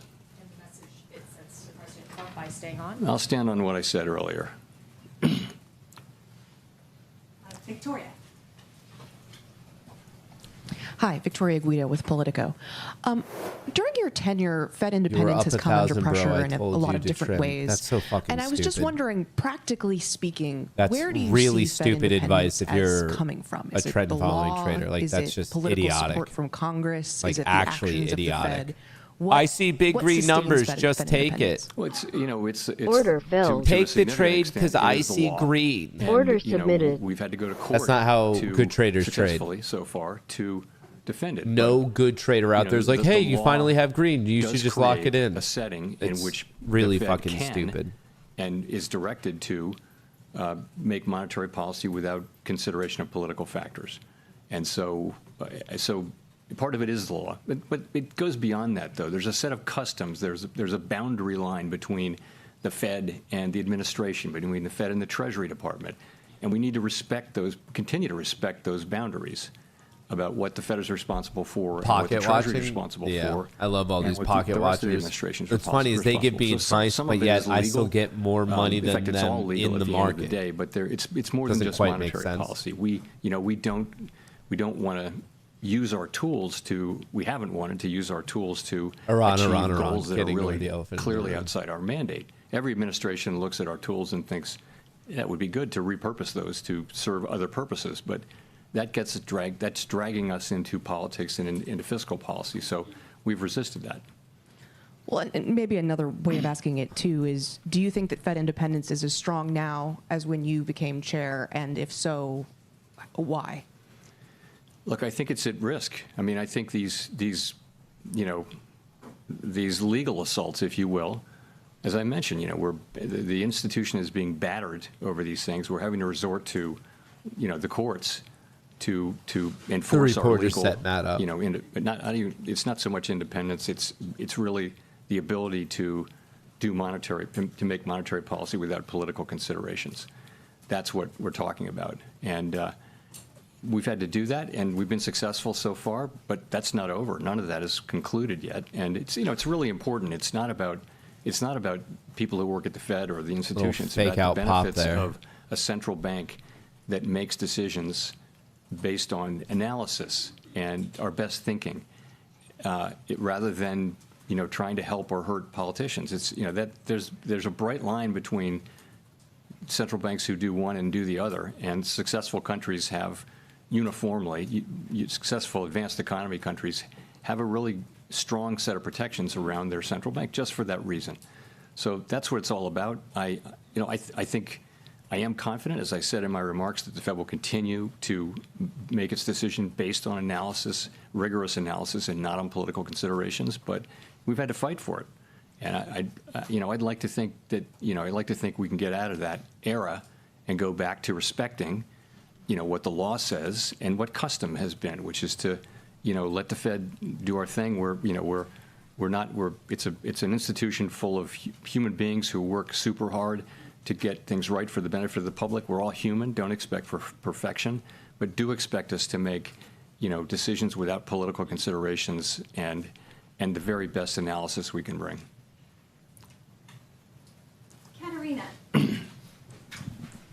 Katerina Saraiva, Bloomberg News. How would you characterize what you've heard from your colleagues on your decision to stay? Do you have their support? And then have you heard concern from your colleagues about continued legal attacks from the executive branch? Is this something that others have, talked to you about?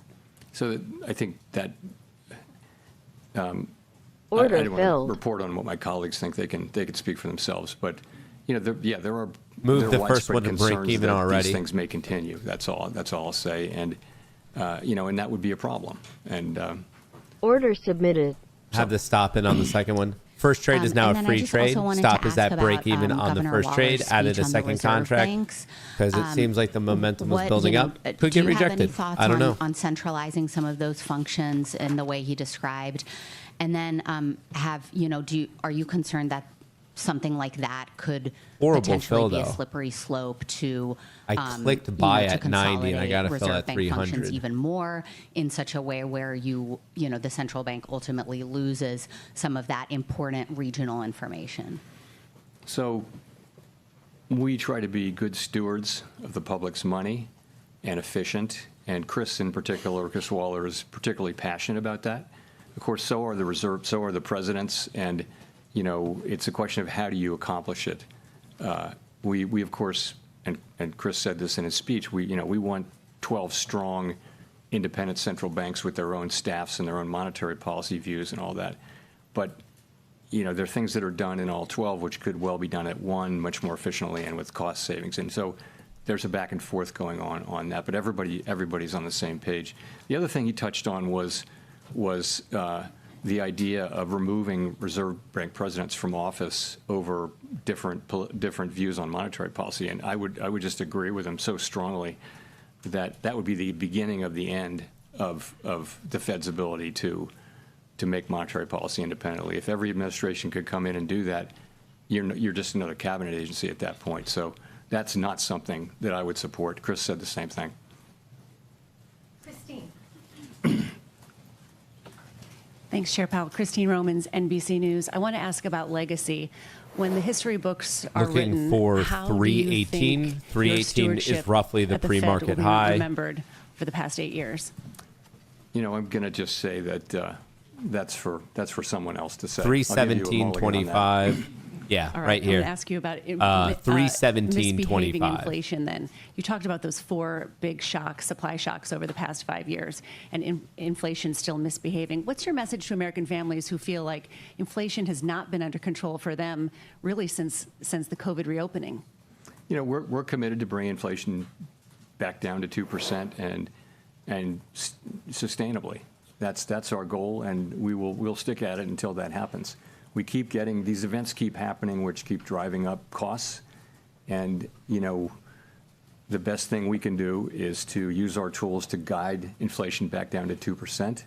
I think trying to get there Order canceled. really quickly Order submitted. could be very costly in terms of Free trade. of job loss and things like that. But we try to get there over time in a way that does the least damage possible. And our Target 1 commitment is to that is 317.25. unshakable. Target 2 Describe the is economy 360. outside of the misbehaving inflation. I mean, We're coming it's up to still my target 1 awfully right now. resilient, given all of I have the a long blows. position, 2 I don't know if contracts. you can They be are awfully break even. resilient. I'm So risking it's actually nothing. quite resilient, I would say, because it's a positive thing. If I can have that amendment, yeah, the growth is really solid across our economy.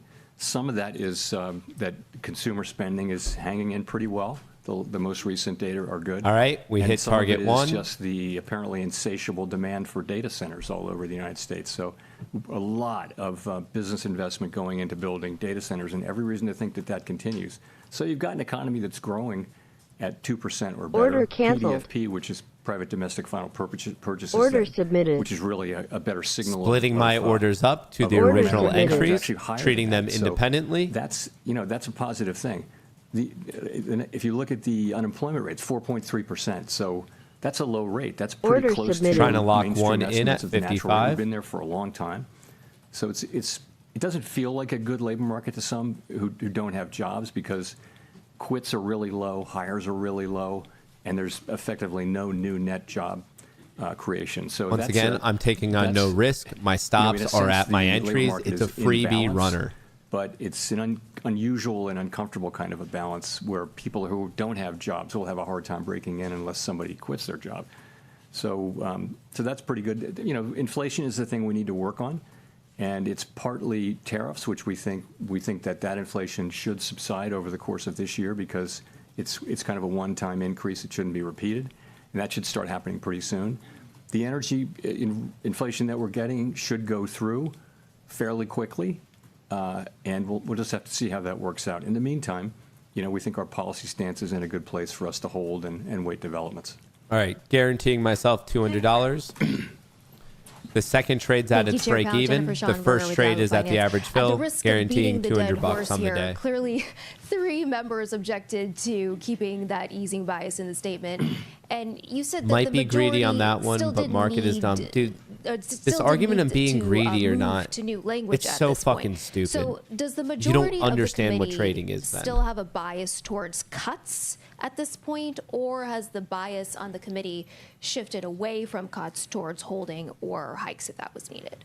So I think that the center is moving toward a more neutral. There were a lot of place. sellers at And that's 25. sort of what Interesting markets that are we saying, too. returned to it. I just think I go live there's a every lot of day, signaling Monday to going on Friday. when you change guidance like that, and so we just, I guess a majority of us didn't feel like we needed to send a signal on that right now, but maybe it'll come to that, and the reason is because we're kind of waiting to see what happens with events in the Middle East and what are the implications of those events for the U.S. economy. So there's a group who feels like we don't need to be in a hurry to do that. We get it, and of course we will move to a hiking bias if we want to hike, and we'll move to a neutral bias before that. But there was a difference over whether to do it at this meeting, at a meeting at which all but one of us agreed that the rate decision was correct, which was not to move. And you just said moments ago that you believe Fed independence is at risk. Is it safe to say that you want to stay on as a governor to serve as a check and balance on that? I want to stay until I will stay until I feel it's appropriate for me to leave. And yes, that is really what is driving this. I'm not looking to be, a high profile dissident or anything like that. I'm more looking at the other aspects of this and wanting to see that things have calmed down and we're returning to a traditional I said profit target, model just mark it out of when it hits your target. working remove with the people sell that it. you have, Because you get and bringing bad them to fills with market consensus orders. and respecting Everyone that knows consensus. that. That's what I'm hoping to see. Matt Egan. Is this your first day Thanks, trading? Chair Powell. Matt Egan with CNN. You've made many tough decisions in your time at the Fed.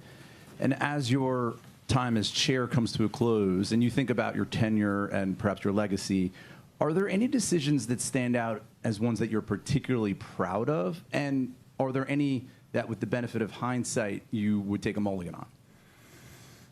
Yeah, it's hard. I wouldn't want to single out individual things at this point. I'll just say,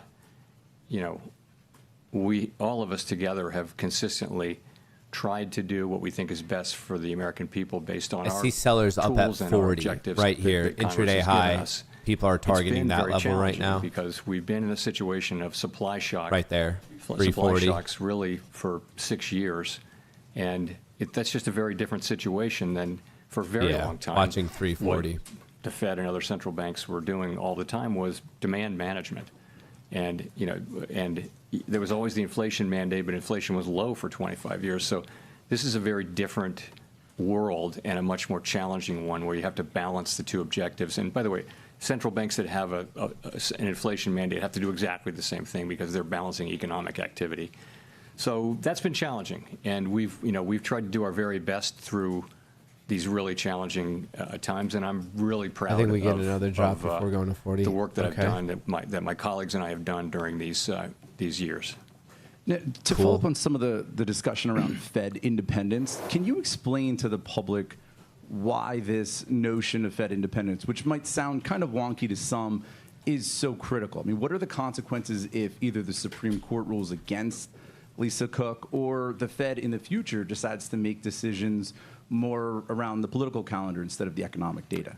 So every major advanced economy in the world has made the same decision the United States has made, and that is that they want to take the making of monetary policy, the setting of interest rates to support the economy, to achieve maximum employment and price stability. They want to take that out of the direct control of elected politicians. And the reason is elected politicians are always running for election, and they'll always want low rates, and that will lead to inflation over time. So after literally centuries of experience with that, the whole world moved to second trade got knocked out for break it's even. Worked great. I mean, this is the era in which inflation was under control for 40 Let's see years. if Then we had the 300 can pandemic, hold. inflation everywhere in the world, and now we have inflation that had gone pretty much all the way back to target, really close to all the way back to target, and now is being buffeted by the energy shock, and the U.S. buffeted by the tariff shock as well. So, but what I would say to the general public is that's the backstory, is that don't think about an institution being independent. Think about it this way, that you want people to make monetary policy and set interest rates to benefit the general public and to try to achieve economic goals, which are maximum employment and price stability, and focus only on that and ignore political considerations completely. Ignore them. This isn't bipartisan. This is nonpartisan.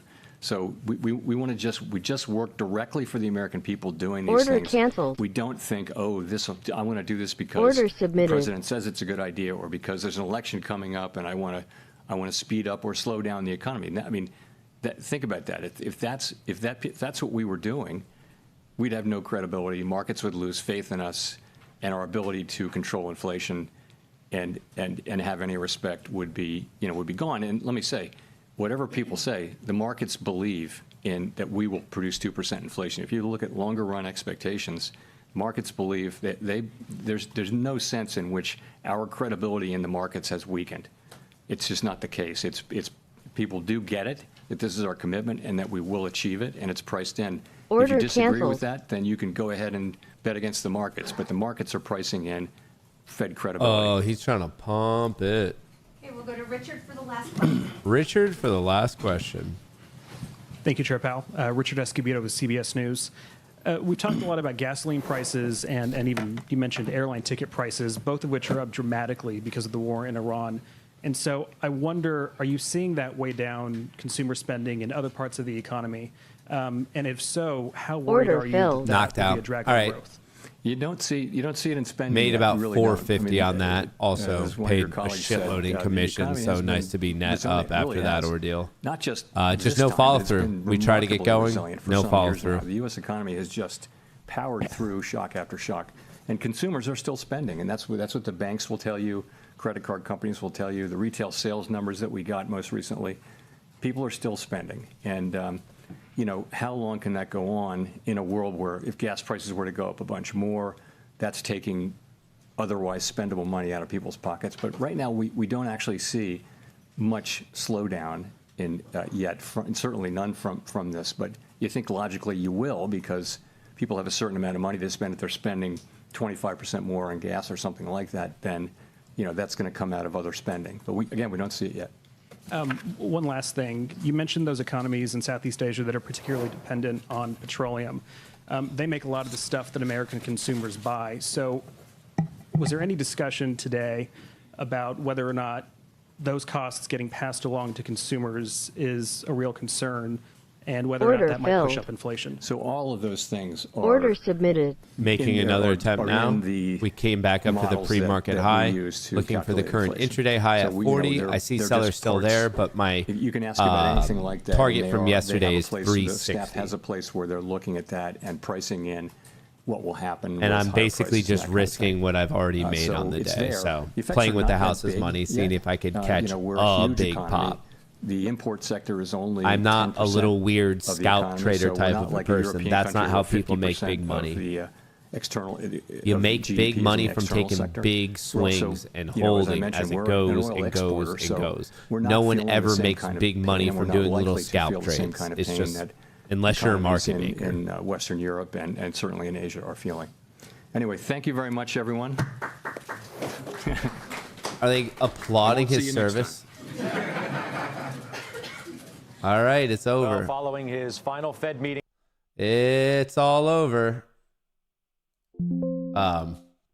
Anyway, I saw you guys in the peanut gallery commenting on my trades, and I just want to clarify that what I saw in some of the comments, I think many of you get it, but maybe there's some new people who just don't quite understand the mathematics of active trading. And remember, there's no better sign of a losing retail trader, like a hallmark of retail traders who see a little bit of green and they're like, oh, I just got to take it. I just got to take it. I make money and I just got to take it.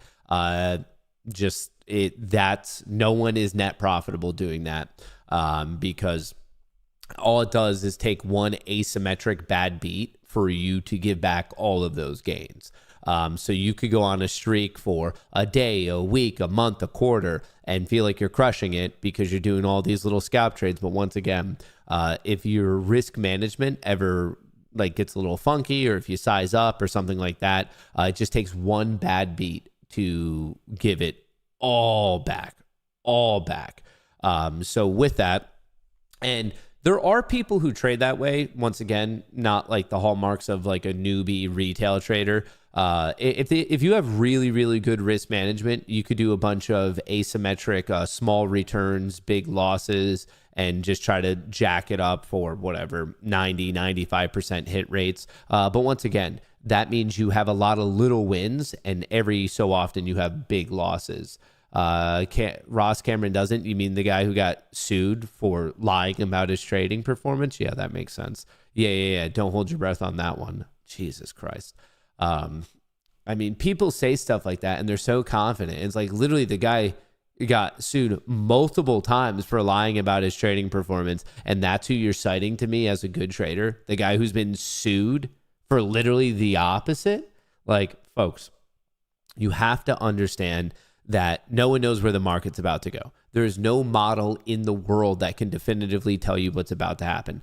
I believe, and I think the math of the market and the odds of the market, you can give yourself an edge by trading with momentum. You can, but most of the time it's 50-50. So it just comes down to your risk management. That's why I like to go and do my concept of free trades as early as possible. And then if it runs, great, I have a runner. If I got knocked out for break even, then that happens. Like I said, it's a 50-50 game. My hit rate is around 55-45. I'm right 55% of the time, wrong 45% of the time. My metrics are a little skewed because some of that 55, some of that 45 are small gains and small losses based on did I get knocked out for break even? Because my goal as a trader most of the time, not all the time, sometimes I'll do some sort of like VWAP to VWAP. Sometimes I'll do some sort of gap play. Like I'm not sitting here saying I'm never doing targeted levels. Like sometimes I do have systems that will do that. You could do like whatever, a 10-minute Orbo breakout for 5 points, 10 points, like that type of stuff. It can work. I'm not saying that I only trade like my one single system and that's it. No, not at all. In fact, I'm not saying that in the slightest. What I am saying is my main system, Icarus, I try to identify the trend. I see if I can get into the trend with minimal risk. So I'm looking for a short-term reversion. And then I'm hoping the short-term reversion breaks back in favor of the long-term trend. And then as soon as it goes X amount in my favor, depending on the day and volatility and ATR and range and this and that and the time of the day, there's various considerations. You get your stop to break even, and then you hope you can ride the trend. A lot of the times when you do that, you're going to get knocked out for break even. But once again, it's all right because there's no such thing as pattern day trading. And folks, I don't know if I need to give you a math lesson, but you can take an infinite amount of break even trades. You can. If you're always in at break even, hey, your account's not gaining any value, but you're not losing any value.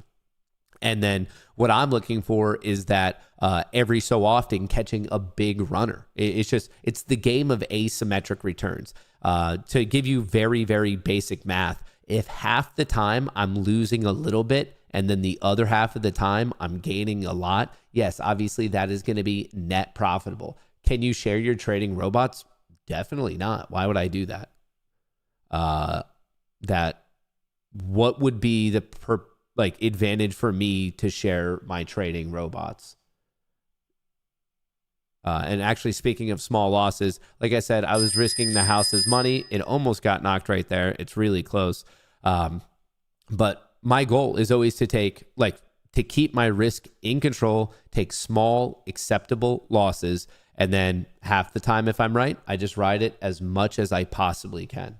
That's the goal. And I think a lot of people are perpetually trying to find a method that's always working and you're always making money. It doesn't exist. And if it did exist, you definitely wouldn't be the person finding out about it, trading it, using it. It's just not what active trading is. If you're getting into the world of active trading, you should not be, well, of course, like we see right there, just break even. If you're trying to get into the world of active trading, your goal is to be net profitable over a succession of trades. Of course, you want to be right on every trade, but that's just not going to exist. It's like as much as we all want to be right and be right and be right and make money and make money and make money, that it's just not a thing. It's a fairy tale. Like that holy grail does not exist.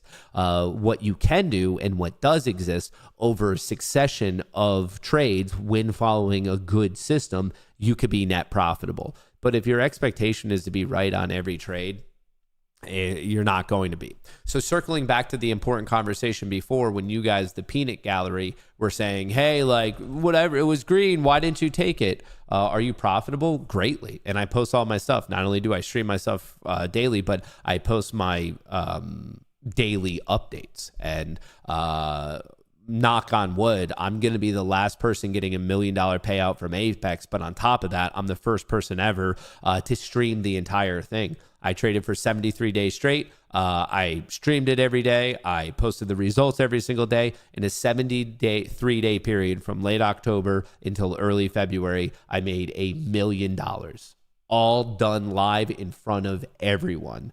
And I'm saying knock on wood just because I'm waiting for the payment. I'm waiting for the approval on it. But in terms of having a trading ability that is enough to make $1 million in like 3 months, yeah, I did it. And all that is out there.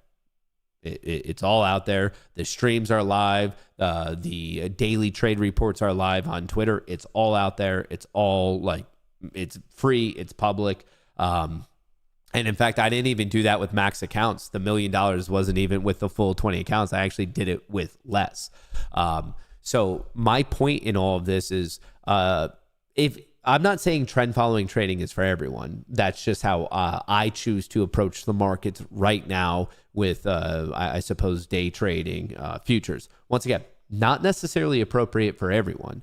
If it's for you, great. If you are a person who can understand the math of like, okay, yeah, half the time, maybe 2/3 of the time, you're going to take a small hit, but you're doing it for that 1/3 of the time that you're getting the asymmetric return, great. But once again, not for everyone. Some people want to do little scalp plays. Are there strategies that in net you can be profitable doing little scalp plays? Yeah, I know of a few. I've traded a few. I'm not against it. I just find that the way the prop firms are, these rules, certain setups related to them, it is more beneficial in the long term in terms of these payouts for these accounts to be more of a trend following trader. I've done the analysis of it. I've broken it down. That is what like basically I've been able to ascertain or figure out. Once again, maybe that's for you. Maybe it's not for you. But in reality, I'm obviously going to trade my accounts in a way that I deem to be the most profitable. And you should be trading your accounts in a way that you deem to be most profitable. I have my stats, facts, and figures. I've done my research on it. My question for you is, in the way that you decide to trade your accounts, have you done your research, or are you just kind of regurgitating random stuff that you learned on the internet? Or like, did you actually do some research there? You can be profitable just by holding for a long time, and you end up being way more profitable than the guy who sits there all the time sharing his charts. That's not necessarily true. For most people, it is better to be a long-term investor, what you're talking about. Most people do lose money who are active traders, but the people who don't lose money active trading are greatly more profitable. So once again, that's a misunderstanding of the mathematics. If you look at most active traders do lose money, which is obviously going to underperform the hold and like just invest and hold concept. But for the 5 to 10% of people who are actually good at active trading, whether it's day trading or swing trading is a little bit easier. They are greatly more profitable than the buy and hold strategy.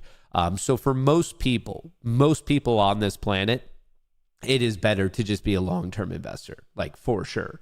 But that's not necessarily true for everyone. So for this concept of, for the guy who sits there and shares his charts, what do you mean? I mean, I have proof. I'm sharing my charts for proof that like I'm doing exactly what I'm saying I'm doing. And obviously my payouts are proof. Last week alone, I got paid out $60,000. From October to February, I streamed myself making a $1 million run. Hang on one quick second. Yeah. What time is it? 3:36. Interesting. Matt, is your bear bull indicator doing well? Yeah, I keep making small refinements to it here and there, just stuff to make it a little bit more exciting, or a little bit more, I guess, behaving in the manner that I want it to. Remember, the bots, the MOC bots, are going to run at 3:50, so we have about 13 minutes to that. Oh, God.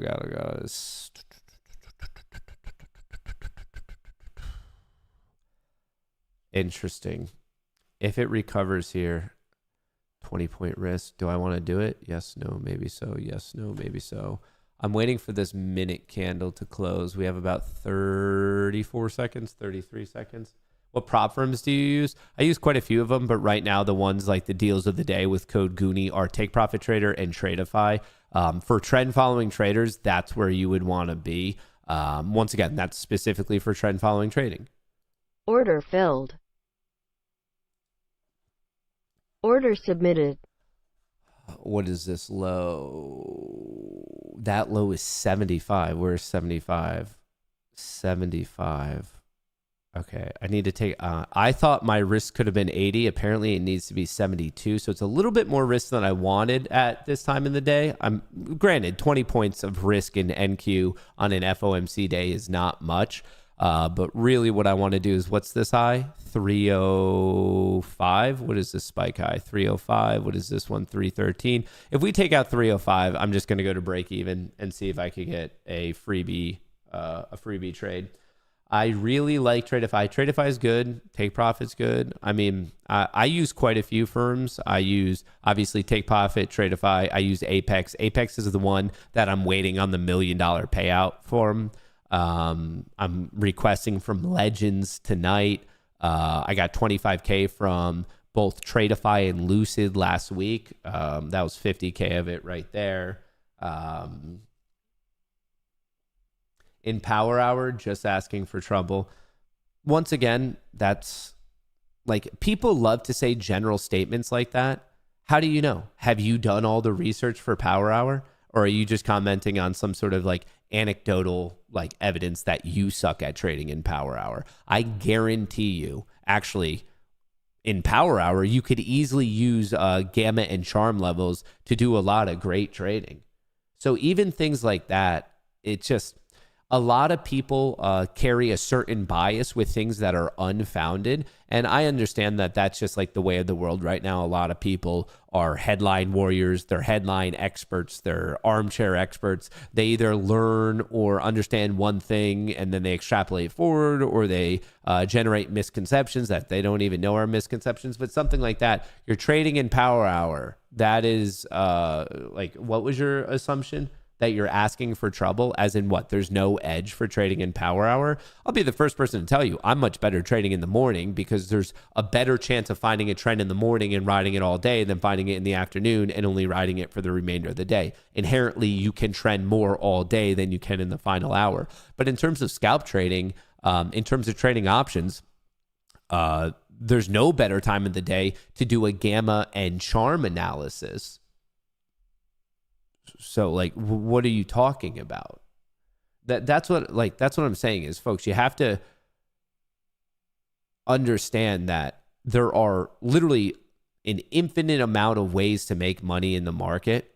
You just have to find the one that is appropriate for you, your personality, your skill set, and your account size. That's it. There are going to be some people who are great at trading at market open. There's going to be some people trading great at midday, some people in Power Hour, some people overnight. Some people suck at day trading and they're better at swing trading. Some people are good at swing trading stocks. Some are good at futures. Some are good at options. Some are good at buying premium. Some are good at selling premium.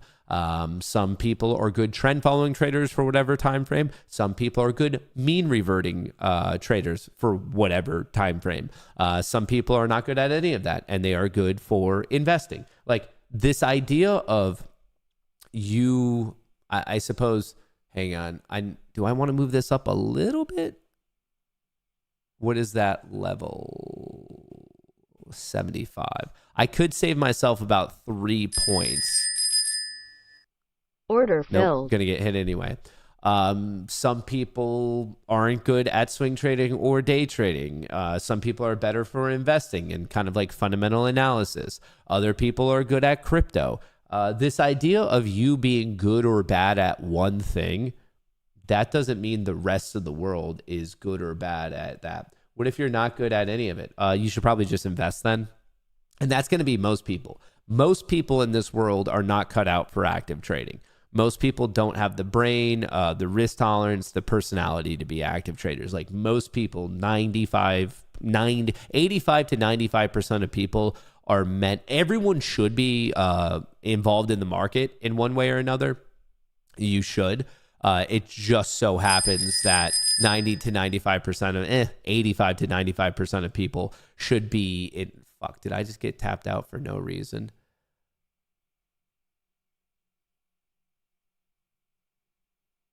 Should be involved exclusively in long-term investing, to be completely honest.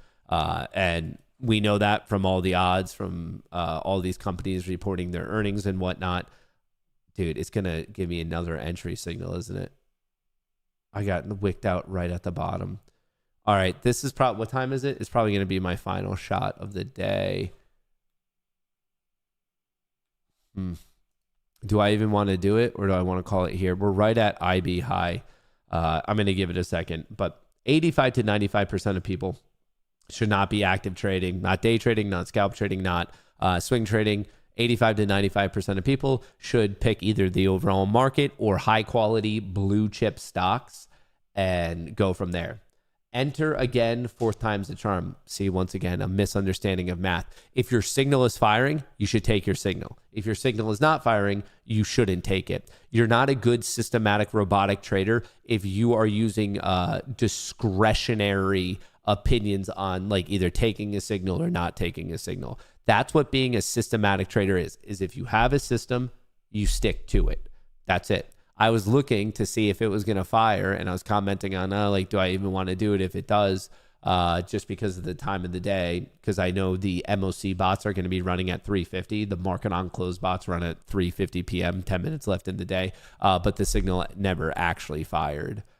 It might fire. I'm watching it as closely as I possibly can, but I'm watching my screen till like literally just prints entry. It'll print buy if I should. But that's what being a systematic trader is you build a system and then you follow it. It's honestly that simple. Matt, don't you have spare money to beat weekly day trade limits? I don't have to. Yeah. What do you mean? Why do you think I'm trading with day trade limits? Does your bot take into account other bots? No. I don't even really know what that question possibly could mean. What's the deal with Apex now? Did they change their payout limits? Kind of, but not really. You can get unlimited payouts, but to my understanding, you have to go to live. But I'm saying, I don't know, because all of the information related to their live program is not out quite yet. Order filled. It's not out quite yet. Order submitted. So just kind of waiting on that. Generally, I like to be done at this point in the day. I guess I'm just here doing this to hang out with you guys and talk. And I partly kind of want to see how things go with, remember, right after the market closes, we're hearing from Meta, Microsoft, Amazon, Google, Chipotle, and maybe someone else. But we are hearing from some high-flying names for sure. And we have a little bit of consolidation. But I have found, now I've been trading prop stuff, and I'm this idea of asymmetric trend following trades. I don't use that in all types of my trading. I have various option strategies. For stocks, I don't really have strategies. I just buy blue chip stocks when they're like cheap. I buy them on dips. But now that I've been trading on these prop firms in futures since 2023. Before that, I was trading futures, but I was swing trading it. I would like hold it for a couple days if my price target or if my risk wasn't hit, but I was more so looking at the daily chart. And then I started getting interested in the world of day trading futures when I first found out about these prop firms in late 2023. Took it a little bit more seriously in 2024, took it very seriously in 2025, and obviously taking it as seriously as I possibly can here in 2026. So with that, I want to be clear, like I'm here talking about asymmetric returns and being a trend following trader. That is the current strategy that I'm using for futures because I found it to be the most lucrative. It's what helped me get $60,000 last week. It's what helped me get the $1 million with Apex. It's what helped me, I very much cleared by quite a bit, $250,000 in payouts last year. Honestly, it might have been closer to $500,000 in payouts. So after years and years of doing this, like I've just keep testing, like refining. And this is what I have found works best for me is this concept of you need to get a little bit lucky at first to not get knocked by variance and to build up that buffer.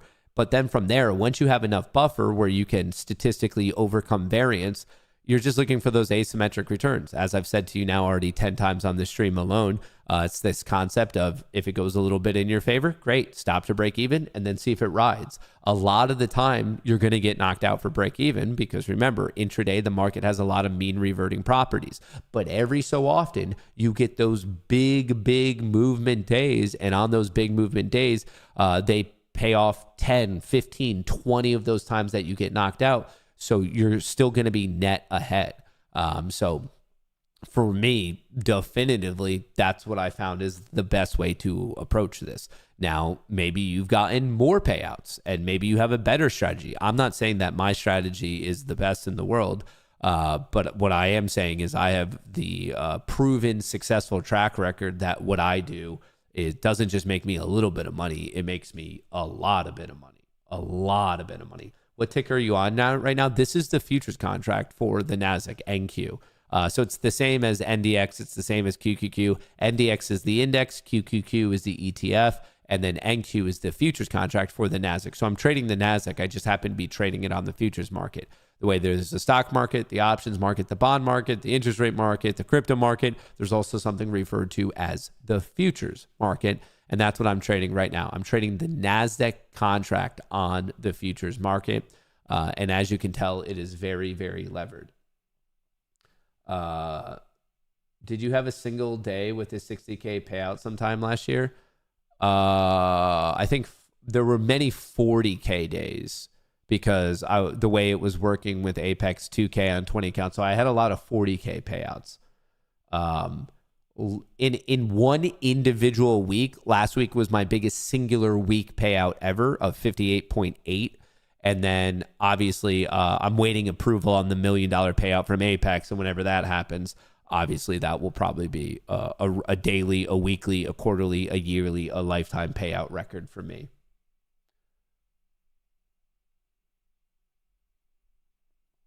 I made a tiny degen trade for bullish after market on earnings in case anyone wants to fade it and make some money. LOL.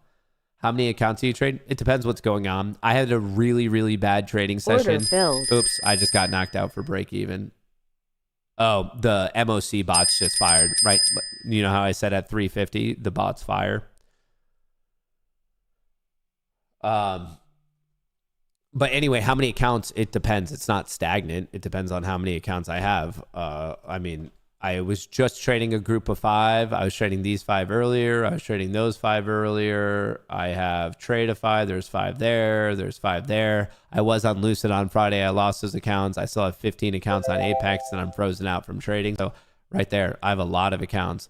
I was trading these 5 on Tradeify. I lost 5 on Tradeify. Got 5 back. I was trading these 5 late last night on MFF. I have these 5 on Take Profit. I have these 5 on Legends. I have these 5 on FFN.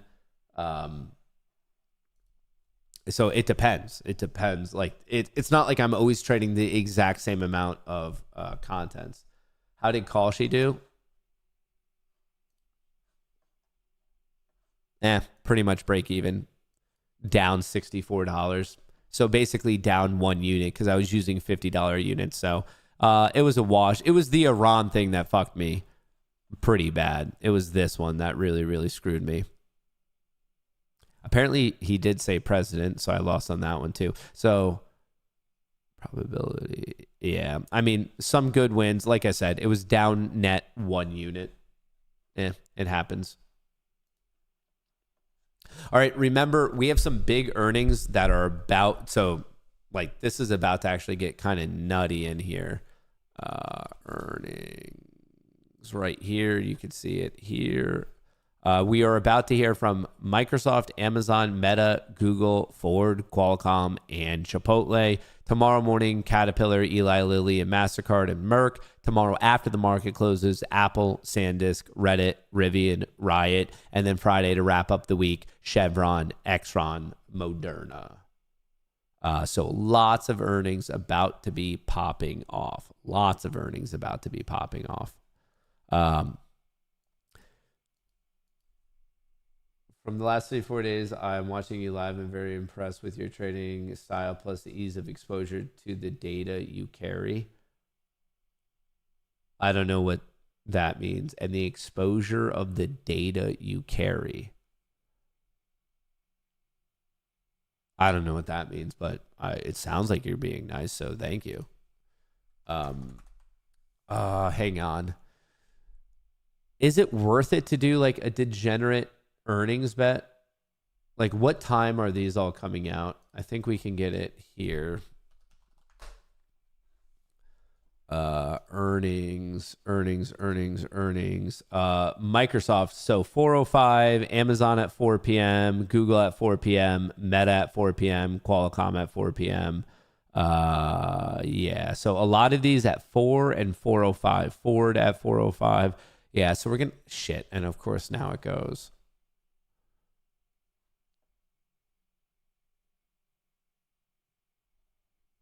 Do we go for it? Do we try to get degenerately lucky?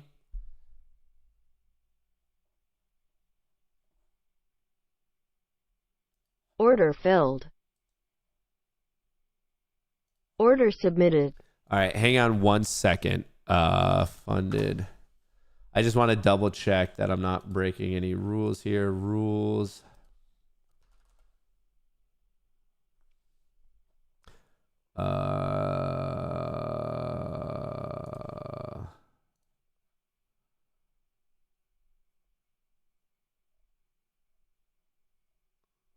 Can you... I just want to know that the time isn't 4 p.m., right? Okay. No, all positions opened by your trader must be closed by 4:50 p.m. ET. Traders are permitted to trade during overnight session if they wish to do so, beginning at 6 p.m. all the way through 4:50. So I have till 4:50.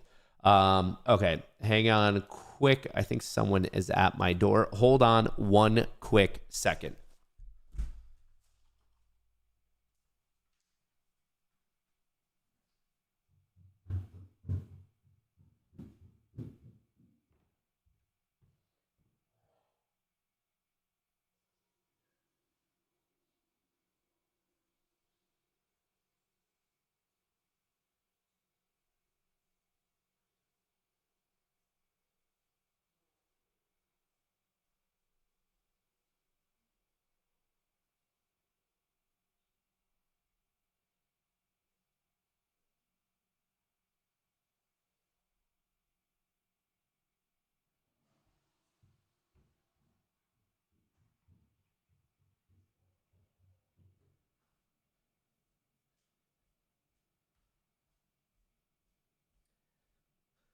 Folks, I have good news.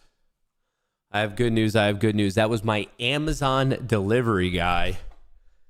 Do you think that's good news for Amazon beating on earnings? Do you think we're about to have a beat? I mean, I feel like that's good news, right? Amazon knocking on my door. I feel like it's good news. Feel like it's good news.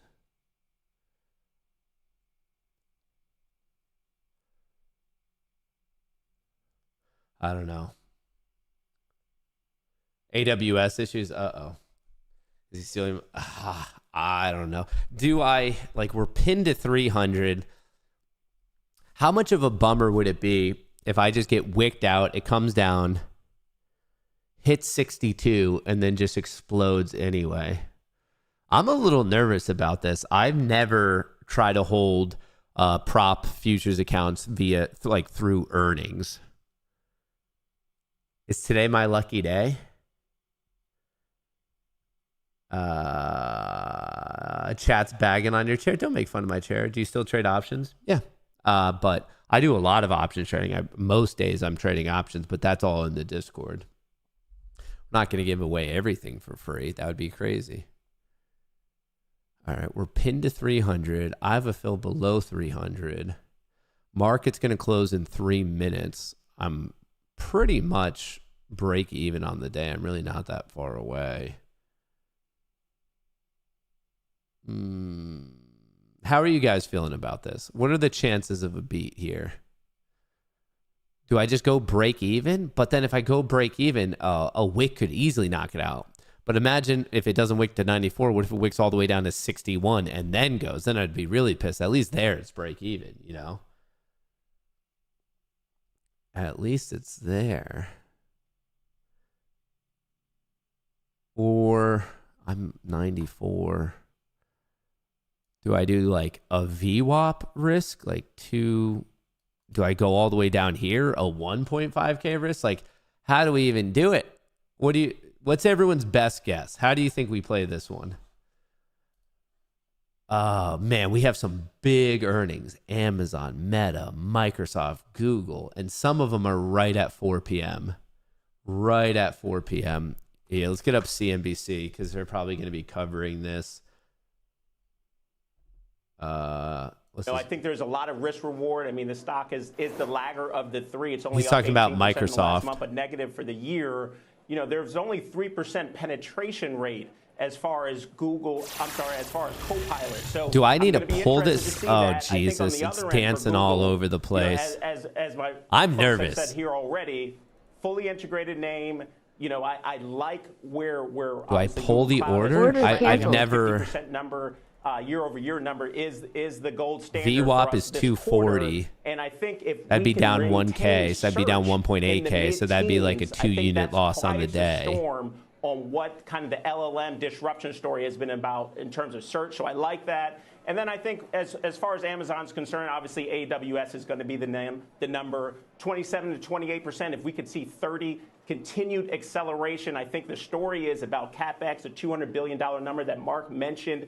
If we could see ROI into the cloud numbers across the board for these names, I think that's going to be the story this quarter. You got 30 seconds left. 30 If there is an increase seconds. in spend, do you agree with Mark that the market's going to deal with it as long as the revenues seem to justify the elevated number? I think so, because as I've looked at the cloud numbers continue to accelerate across the board, Azure, Order Google submitted. Cloud, as well as AWS, I think that's Do we really put in what a the market reach is looking target for. And in if the case there's like a spend giant is spike, and then justified if there's a in terms of the dump, I could just hit revenue close? growth, I think the market will be okay, absolutely. So I think that would be my perspective on where things are headed going forward.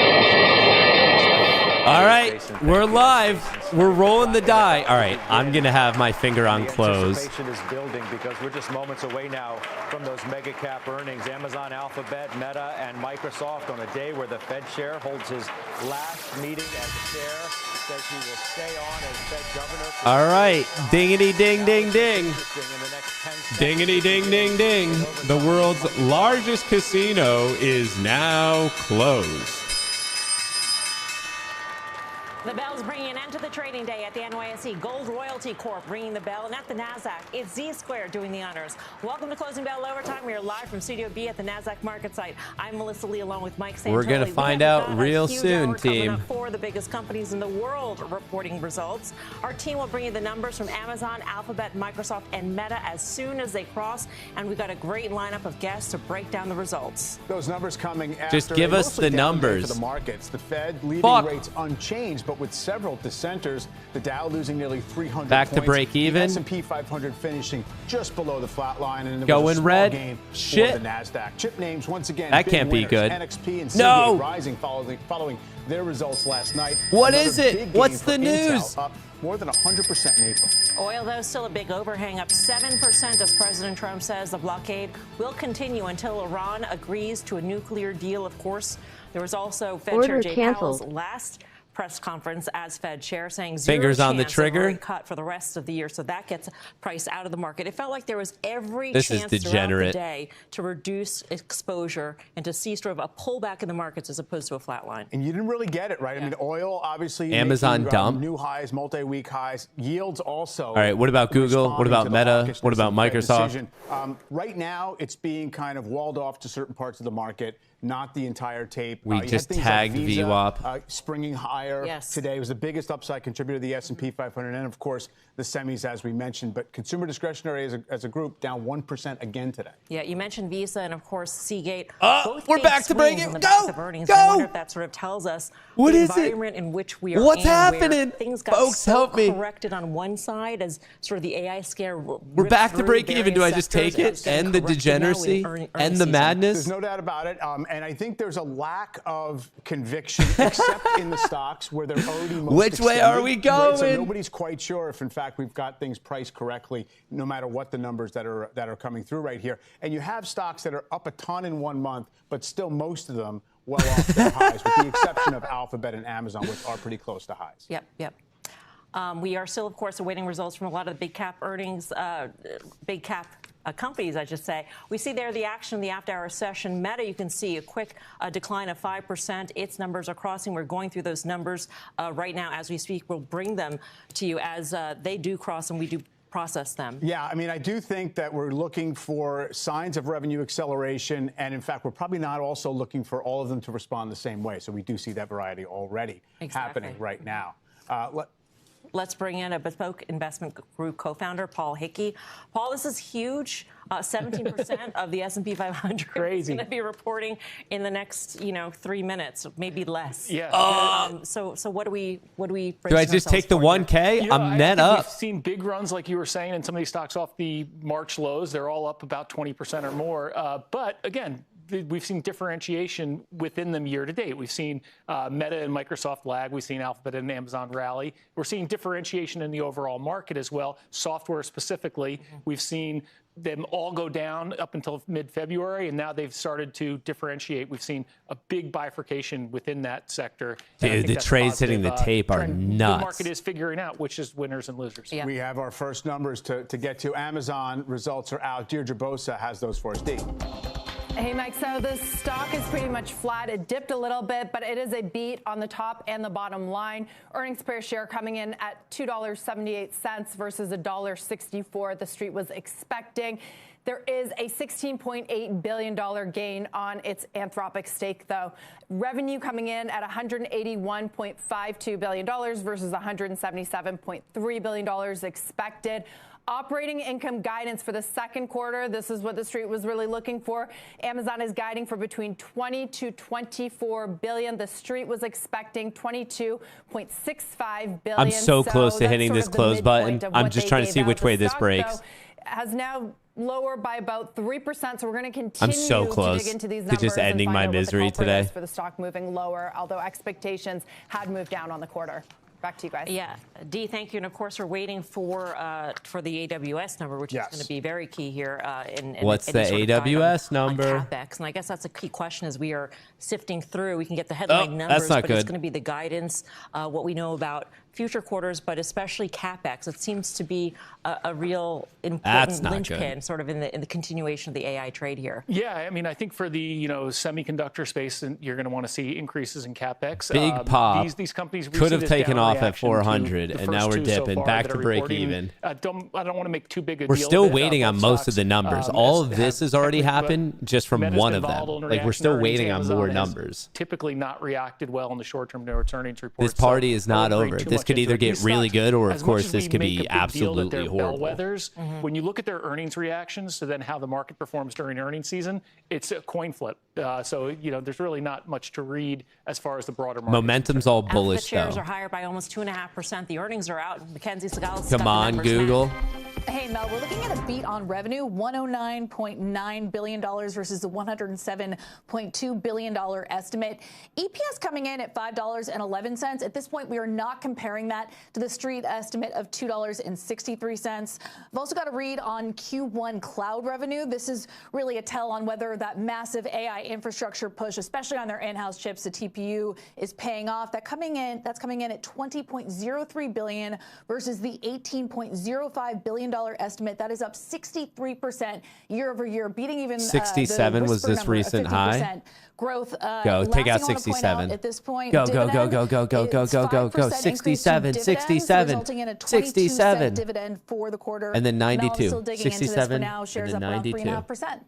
All right, Mac, thank you. Go. Mackenzie Segallo. So the cloud, again, we were saying the cloud is. Do we have the key for Microsoft Amazon. numbers, or are we still waiting on that? Yet, but we do have the Google cloud number, which did beat estimates. Did we even get the Meta numbers? I see you guys are saying it the sells. whole top line beat for the It was quarter selling. for the company. So $2 billion Google Cloud. Yeah, overall, it looks like a very strong report. Did not much to throw stones at. Microsoft double beat on EPS and beat on revenue. Why is this not ripping? They're going to spend. They were very aggressive in their guidance last quarter, all these companies. But now it's I about see a double beat. Why aren't we ripping? And can they serve the demand given the capacity constraints? Exactly. Google's. I'm reading about a double beat here on corporations and other companies spending in terms of the ad business. So that'll be sort of interesting to see. And also search. Search is going to be important, and what sort of traction they're making on Gemini. Let's get back to Deirdre Bosa with more on Amazon. Dee. Yep, Melissa, I know you were looking for that AWS number. I have that in the first quarter. AWS right. It's all, revenue growth. is this all fully priced in now? $37.6 billion, beating the street's expectations. I was trying to get a fill at 450. It got up to 414 on this pop. I was looking for the next 50-point rung. I thought if it would break 4, it would just pop, and apparently it just barely broke 400. Obviously, in hindsight, I wish I got out there, but hindsight's 2020. Now we're back up, so we're kind of moving back and forth. Not a huge swing here. We'll continue to dig through this report. One other number I want to bring you is that Q2 revenue guidance. Important also. Fuck. This is also above This estimates is at dying off now. $194 to Like, $199 it was such a nice pop. $189 will Probably should have got out at 93. Dee, thank you. Microsoft earnings Probably also 78. out. Seema Modi has that for us. Seema. Mike, third quarter numbers for Microsoft are out, and it's a beat on its top and bottom line. Earnings of $4.27 gap versus the estimate of $4.06. Revenue topping expectations, $82.9 Dude, billion how is this not versus ripping? the Google beat $81.3 and billion. Microsoft That's an beat. 18% increase year Those are over two of the year. most heavily And the big number that weighted investors have been names. waiting for, Azure revenue growth up 40%. The street was looking for 39%, so it's a beat. And I would also point out CapEx, which did slow quarter on quarter. It's looking to spending $31.9 billion in the third quarter versus $37.5 in the second quarter. So sort of a slowdown in the amount it's spending quarter over quarter. We're looking at shares just up about fractionally as we dig into the results. Of course, Just we'll be looking for more color bleeding on right Microsoft's here. relationship with OpenAI after ending that exclusive agreement, guys. That, of course, has been one key talking point going into earnings. Seema, thanks. Seema Modi. Again, Microsoft shares are higher, just barely by about 0.4% here. A lot of still unanswered questions, Mike, on Microsoft. It just got, the number it couldn't hold that pump at all. And the sad thing is, it's probably going to be there tomorrow, but you can't swing this after. You have to close these out at 450. So it's not like I could just hold it. Now the read is an like I have to lock in this trade. If I wanted to, I could reopen the trade at 6 p.m. With OpenAI is going to, have some puts and takes in terms of wait for the calls. Once again, you can't do it. You have to be out of these positions by 450. The stock is like 23% off its high still, not too bad. Yep. Paul, what do you make of yeah, I mean, the wow. bar for Microsoft is Pop, so low. I mean, crushed, huge pop, for the stock that was no supposed legs to be the at winner all. Of AI, and no it's been legs at all. Terrible laggards, underperforming the next closest of these hyperscalers by 100 percentage points since the launch of ChatGPT. So expectations very low on the company. We'll have to see more what's going on, but if they can't rally when the expectations are this low, it's trouble for the stock. Microsoft right. down, Speaking of more, dog shit. We have more. Meta earnings are out. Meta down 6%. Jesus. Hey, Melissa, Meta's revenue is beating estimates. The company reporting $56.31 billion revenue ahead of estimates of $55.45 billion. This is an accelerating revenue growth rate. The company also did here raise its full year CapEx guidance. The sell-off's not stopping. It's now even puking even more. $145 Holy billion. shit. That's up from its prior guidance of $115 to $135 billion for the year. So meaningful What a raise fucking to an already overreaction. large CapEx as a result, of course, investment in AI. In terms of earnings, the company reporting $10.44 in GAAP earnings and $7.31 adjusted.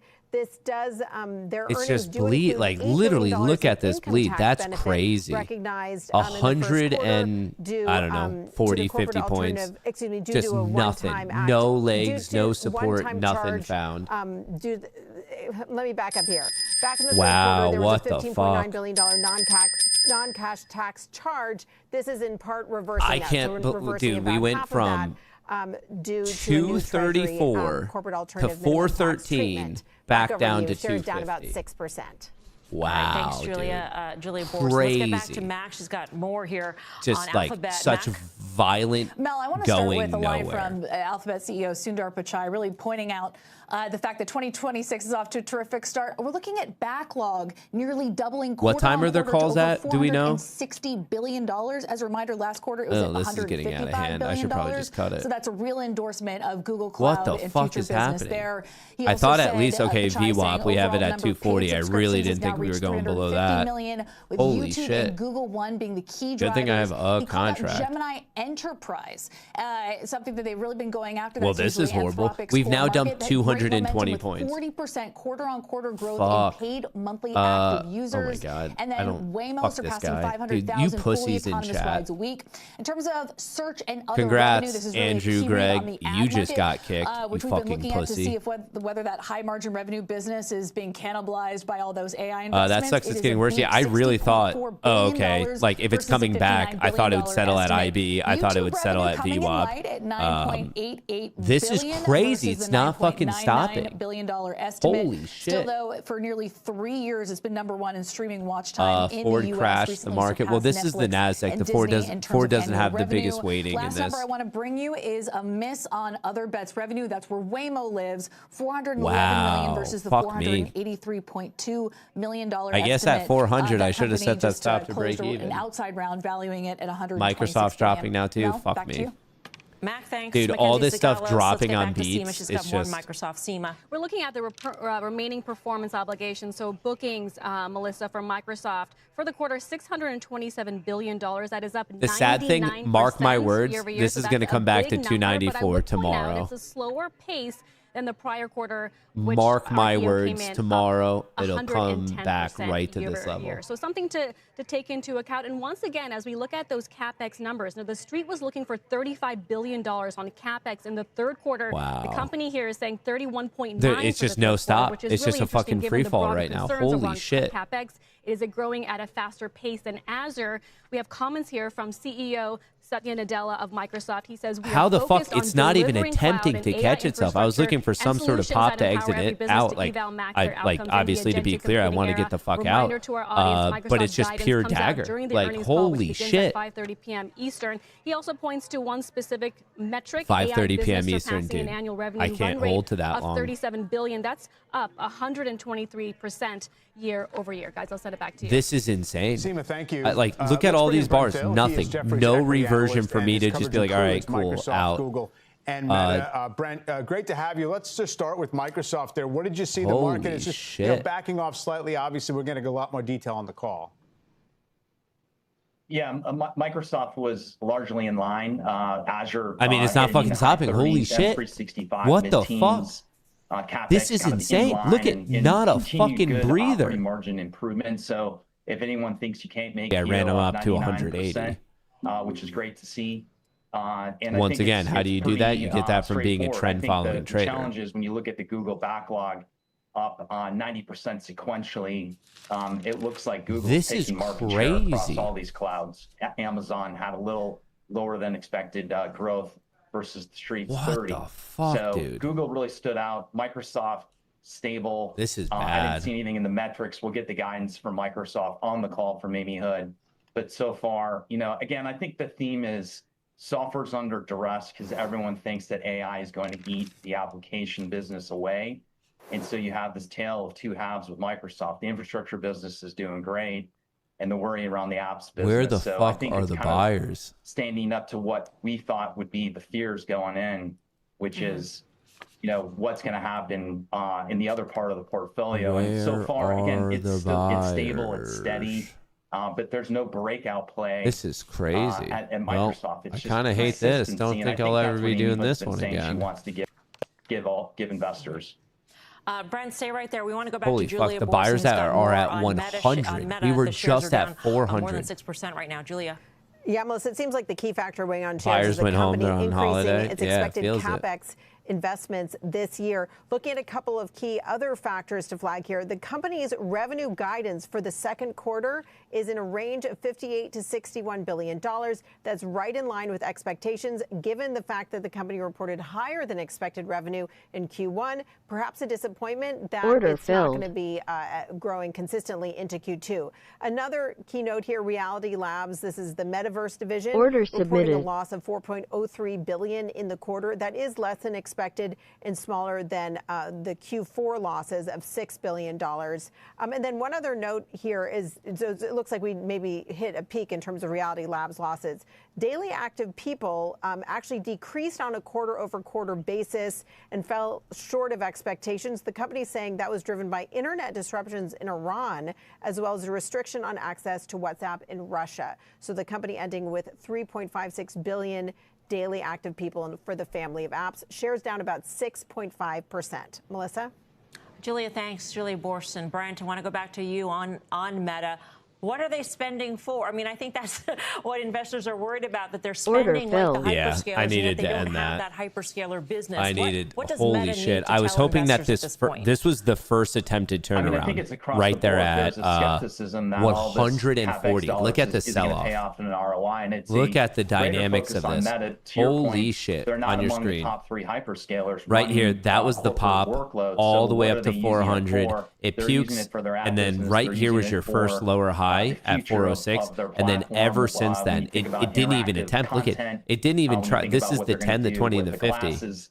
And I Like think just the puke, puke, first puke, wave puke, of AI straight has paid off for down. Meta. And So you've that seen all this, the and you're not breakdown gonna- right here you know, was at you're seeing 309, close to 30% all the revenue way growth down to because that first wave of 100. AI Like it paid was off nothing. with really Like good not margin. even I think one. the It didn't even second hit the wave of 20 AI E-man. investment, I'm on the everyone 100 is tick freaked chart. out. This is the Is this 100 just tick. gonna It be just rode it, wasted rode on it, new rode it. things That that was don't have someone the with same size getting magnitude the of fuck return as out. the core And then right here, I platforms? just took an attempt And at so the I think first that switch one just to see if I still could ride it back up to remains, IB. Obviously, because didn't there's happen. I was tight with cloud the risk. over the That's stock. brutal. And ultimately, what's This going to guy, happen? what the fuck? It's your fault, dude. In the next gen of You're the so AI fucking build-out, dumb. Like people, is a big. this it's a this bigger idea concern. And then of the lawsuit, fucking clearly, we're seeing peanut the gallery lawsuit as an thinking issue. they and, like you know the anything or user do number, I anything. think, Like is also somewhat of a. there's a red flag reason tactic. you're But you again, on that side of the I point camera, to, and there's a Q1s reason are I'm never, me like, on this side of the insanely camera. good for Meta. It is a seasonally soft quarter for I advertisers. love the They Monday didn't morning seem like they quarterbacking, put it up- and then fuck put me. up a seasonally Look at soft that. quarter in advertising. In Google beat by 2% in their ads business. So it wasn't that bad, but it was, I think, again, just the magnitude of the CapEx increase. Or when are we going to see that return? Yeah. Hang on for a second, Brent. We're going to go back to Seema with more on Microsoft. Seema. It's a lengthy report here, Mike. And as we look through Microsoft's results, one specific metric we want to highlight to our audience, I don't even know if I want to Copilot try to has fight back surpassed here. 20 million paid seats. That compares to the 15 million last quarter. So it suggests that enterprise adoption is ramping for Copilot. That has been a key concern for analysts, especially. I'm going to give it going into one this small report. shot. Again, I 20 can't million let paid it bleed seats, that much more. versus the 15 million it reported in the second quarter. We'll want more comments from CEO Satya Nadella about what they are doing to increase the push here to make Copilot more competitive with the other players out there, guys.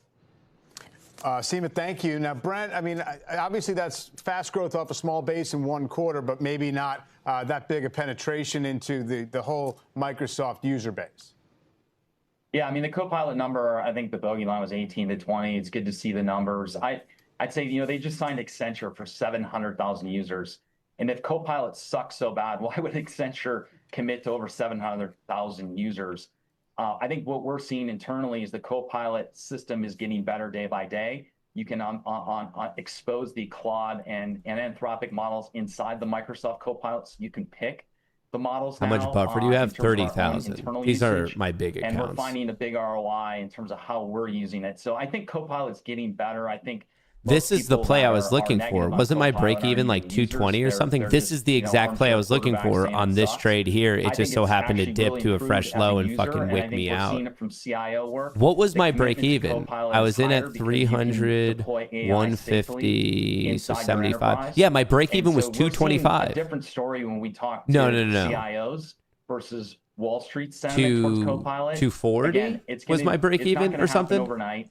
But I think, they're getting some very large enterprises, and to see a 5 million sequential improvement in terms of number of total users is a good number. But yeah, it's a focus, and I think ultimately, in our opinion, it's getting better. They have a lot of work to do. We're not disputing that, but we think ultimately they're doing a decent job, and it's keeping the M365 business at mid-teen growth, which is still a pretty incredible number given how big that business is. I mean, just to put it in context, Brent, I mean, the 365 seats are what, 400. I think I would have almost been break even. And they have 20 million penetration. I understand that it's met the top end of the range in terms of expectations, but that seems kind of slow. Do you have an idea as to when they sign these big deals with Accenture, if there's any discounting involved, or, what is being paid for this? I'm just wondering, in light of the Wall Street Journal report from OpenAI about missing internal targets and missing revenue growth targets and missing subscriber growth targets, what your understanding is of the value of those contracts? Yeah, I think enterprise software is the more you deploy, the more discounting you get. So ultimately, what I've said is when you think about a $30, $40 list price per month, the value add for me as a user is way higher, and I would personally pay higher based on what it's done. Why long I would short this? Once again, that's because you're you and I'm me. Yeah, and so I think the beauty is we can deploy Copilot with those models embedded safely, securely in a regulated I'm watching industry. 200 And psychological that, I think, is a level. big It's thing also for the a lot of 50% IB industries. from the And trading I've said this session. I repeatedly, move my stop enterprise up into money, so I'm adoption of not AI losing is money going on to this be one very particular slow. trade. It's not But I gonna happen want to overnight. see if it can get And back up this is to why software continues to be for 260-ish sale, and semis right and here, hardware where it are stopped buy, for one and we're quick seeing second inflection because at a lot of CIOs 411. are very careful, and they're not going to deploy this overnight. And I think Copilot is a way that you can do it in a more safe and secure manner. But yeah, look, Anthropic and OpenAI are they're going to be frenemies. They're going to try to deploy natively and go after Copilot. There's no question there's competition. And I think it depends on your appetite for risk. Again, our view is deployed inside the fabric of a Copilot, deploy your agents Come there. on, break This 230. is, I want to see this in our push to opinion, a way 260. that Microsoft is going to gain a lot of ground with these Come enterprises. on, 'cause push they it to can't do what the 260. small Push businesses it, do. They break, can't just go break. natively deploy. They have to have frameworks. And so we think, again, to your point, Melissa, there is a lot of room to There we improve, go. Go, and I go, think go. They can, and I think they're making the right steps. I've just seen This it is in my the own next usage, test, and then every day, obviously and my team, 277 is all on it after. as So well. it We goes see the same thing 260 happening. and then to Brent, we're going to let you go. We know you have a busy 77. evening tonight. Brent Thill of Jefferies, we appreciate Thanks. your time. Paul, let's just get your take here. We're seeing definite stock reactions in the after-hour session to these results. Alphabet, at least at this point in time, granted, the conference calls have not started. We haven't gotten guidance, for instance, from Microsoft. But what do you make? Well, I think Brent summed it up with Meta and Microsoft being down. All right, so I made the worst case loss 4K instead of 5.5 right here. I'm guaranteeing myself 1.6. Google Alphabet's been doing everything on the cloud side very well, on the AI side. So, and again, if Microsoft Copilot is the safest and best for enterprises, why are only 20 million seats versus what you said, an installed base of over 400 million? So there's definitely a lot of room for improvement there. Yeah, we got more on Amazon. Wow, I literally got knocked out at the worst fucking point.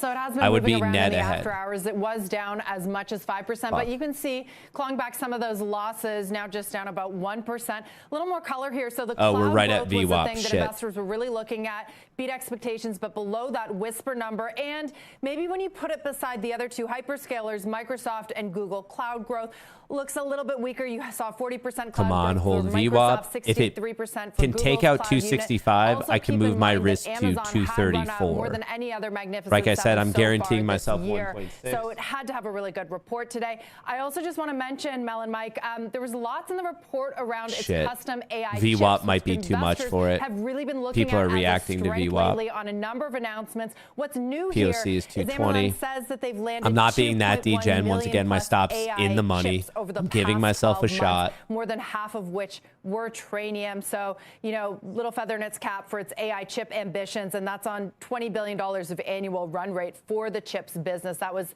mentioned a few weeks Come ago. on. Nothing in the report on CapEx. That might come through on the earnings call and have the ability watching to move the time stock further, closely. but right now down about 1.5%, guys. Come on, take Dee, out. thank you very much. Yeah, maybe Amazon kind of is on the record with the massive CapEx intentions from last quarter. We'll see There if we that go. changes. Let's bring in Tom Forte from Maxim Looking Group at to break take down out those 265, Amazon results. so this Tom, could be officially I a guess higher low. One of the takeaways is that AWS kind of hit the mark, but maybe Google Cloud growing a little faster off a lower base. All right, What are guaranteeing your my main loss in the observations worst here? case is 3.1K. I am encouraged Fuck. by the accelerating revenue growth for AWS. No, get away. Shit. It might be failing at VWAP here. This white dash line is VWAP. We just put in a lower high. If it tags this low, I'm out. Important data point being an update But to that hey, full-year CapEx cutting my guidance, loss in more which than was half $200 billion. That really set the after shares a back last crazy quarter. dump and I do also the think, worst though, that exit ever. investors should be more I think that was optimistic pretty good if management. Amazon were to raise CapEx, given the company's Come history. on. They've done a great job. Now of it needs to get above investing in the 260 and cycles 265. when they're I seeing don't like how it positive got returns, pinned right here. That's and not if they good. aren't scaling back that investment spend. So I'd be a lot less concerned if 200 billion became. But once I don't know, again, 210 guaranteeing billion or something 2.4. like that. I'm down And CEO 5.4. Andy So Jassy has said, I mean, even as worst recently case is as 3, the which is shareholder obviously letter, better than the Tom, 5.5. that they're not spending $200 billion on a hunch. So they're very confident in terms of the return on Where investment is 5.5? for Amazon. Order And submitted. I get that the web services, the main part of the business that's driving the reaction to 3.0. stock. But Just above Amazon's a big 300 is company. my It's break got a lot even, of other which is Order sad canceled. because this that are initial play, impacted by tariffs, I think my break even was by like oil here. prices, I and by would the have been break consumer even. being either weak or strong. But so, whatever, shit what's happens. your take so far, based on what you've seen on that side of the business? Sure. So, Melissa, if I look at the Amazon business outside of AWS, I would say it's been very resilient. So they were less affected by tariffs than a lot of others in the retail Order space. submitted. I attribute that to their marketplace model.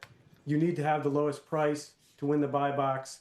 And I do think that they are seeing resiliency in general when it comes to consumer spend. That's what I would infer from the second quarter outlook, despite the fact that gas prices are materially higher than QCOM they were took last off. year.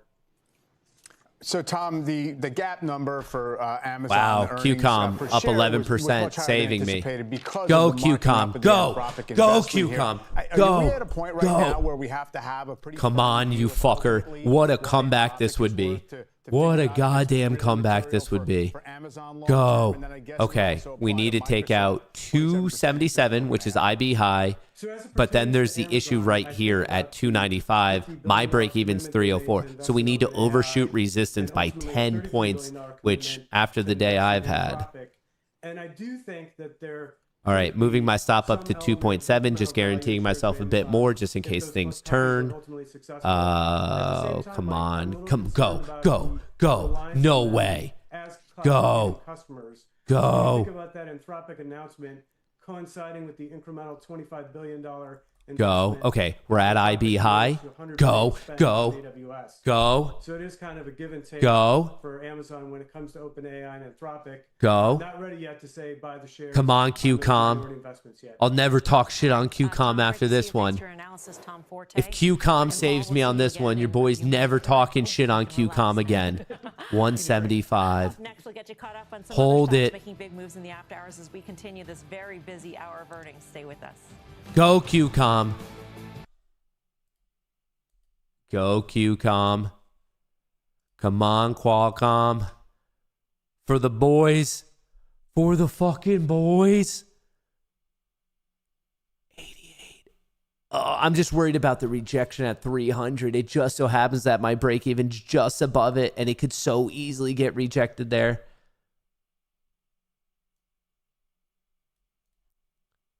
All right, moving my stop up to 3.3. Worst case scenario, 2K loss. Go. Come on. Come on, QCOM. Go. Come on, QCOM. The comeback of a lifetime here. Come on, QCOM. Come on. Go. Come on. We're right there. Come on. All right, we're going to be tagging 300. Come on, let's see that tag. Come on.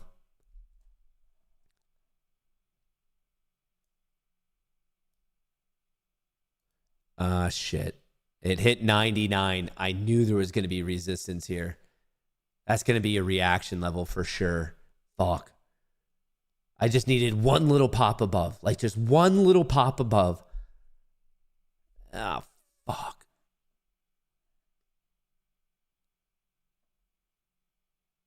Shit. Come on. What did it hit? It hit 99 exactly. Yeah, people were front running it. And now there's a giant wall at 84. Just got pulled though. Big wall at 84. Just got pulled. Come on, get back above 85. Come on. No. What about this comeback tour? No. No. Bounce. Bounce. No, fuck. I mean, I could see the tape here. It's pretty heavy selling. Whoever's they're selling. Ugh. I think someone was thinking Order when I was filled. saying, yeah. All right. Well, Order canceled. it wasn't the comeback exactly we want. Like, I knew it was dangerous looking for that break at 3, but hey, I protected myself with the low. Instead of 5.4, 1.6, way more manageable.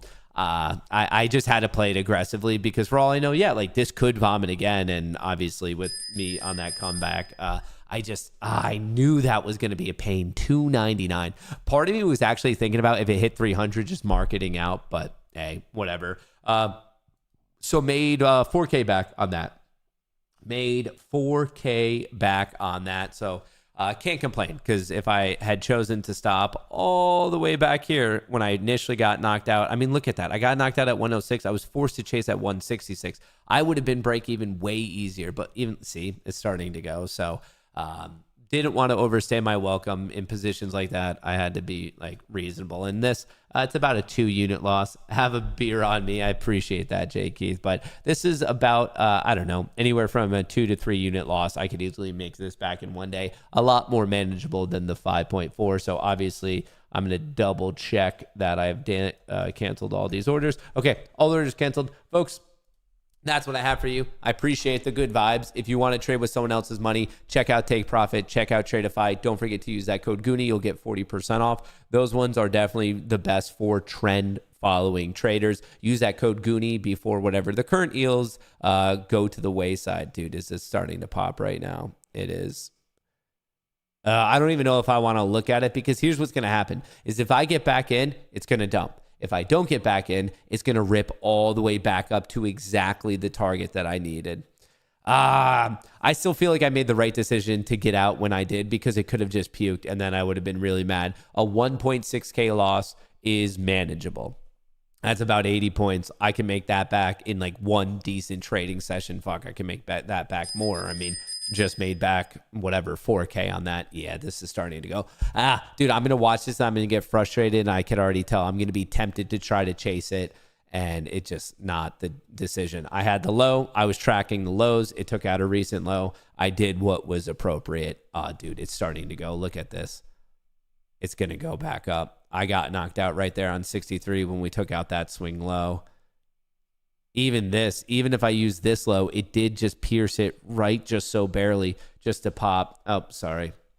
Right here, you could see it starting to pop. But even this, I used that low. If I was using this low, it's still like I would have just been knocked out 10 points lower. So I don't think there was a way I could have properly, with risk controls in mind, properly tracked this. I think it was bound to get knocked out. I don't know. And even this fill all the way back here, it made a fresh low. That was a knockout.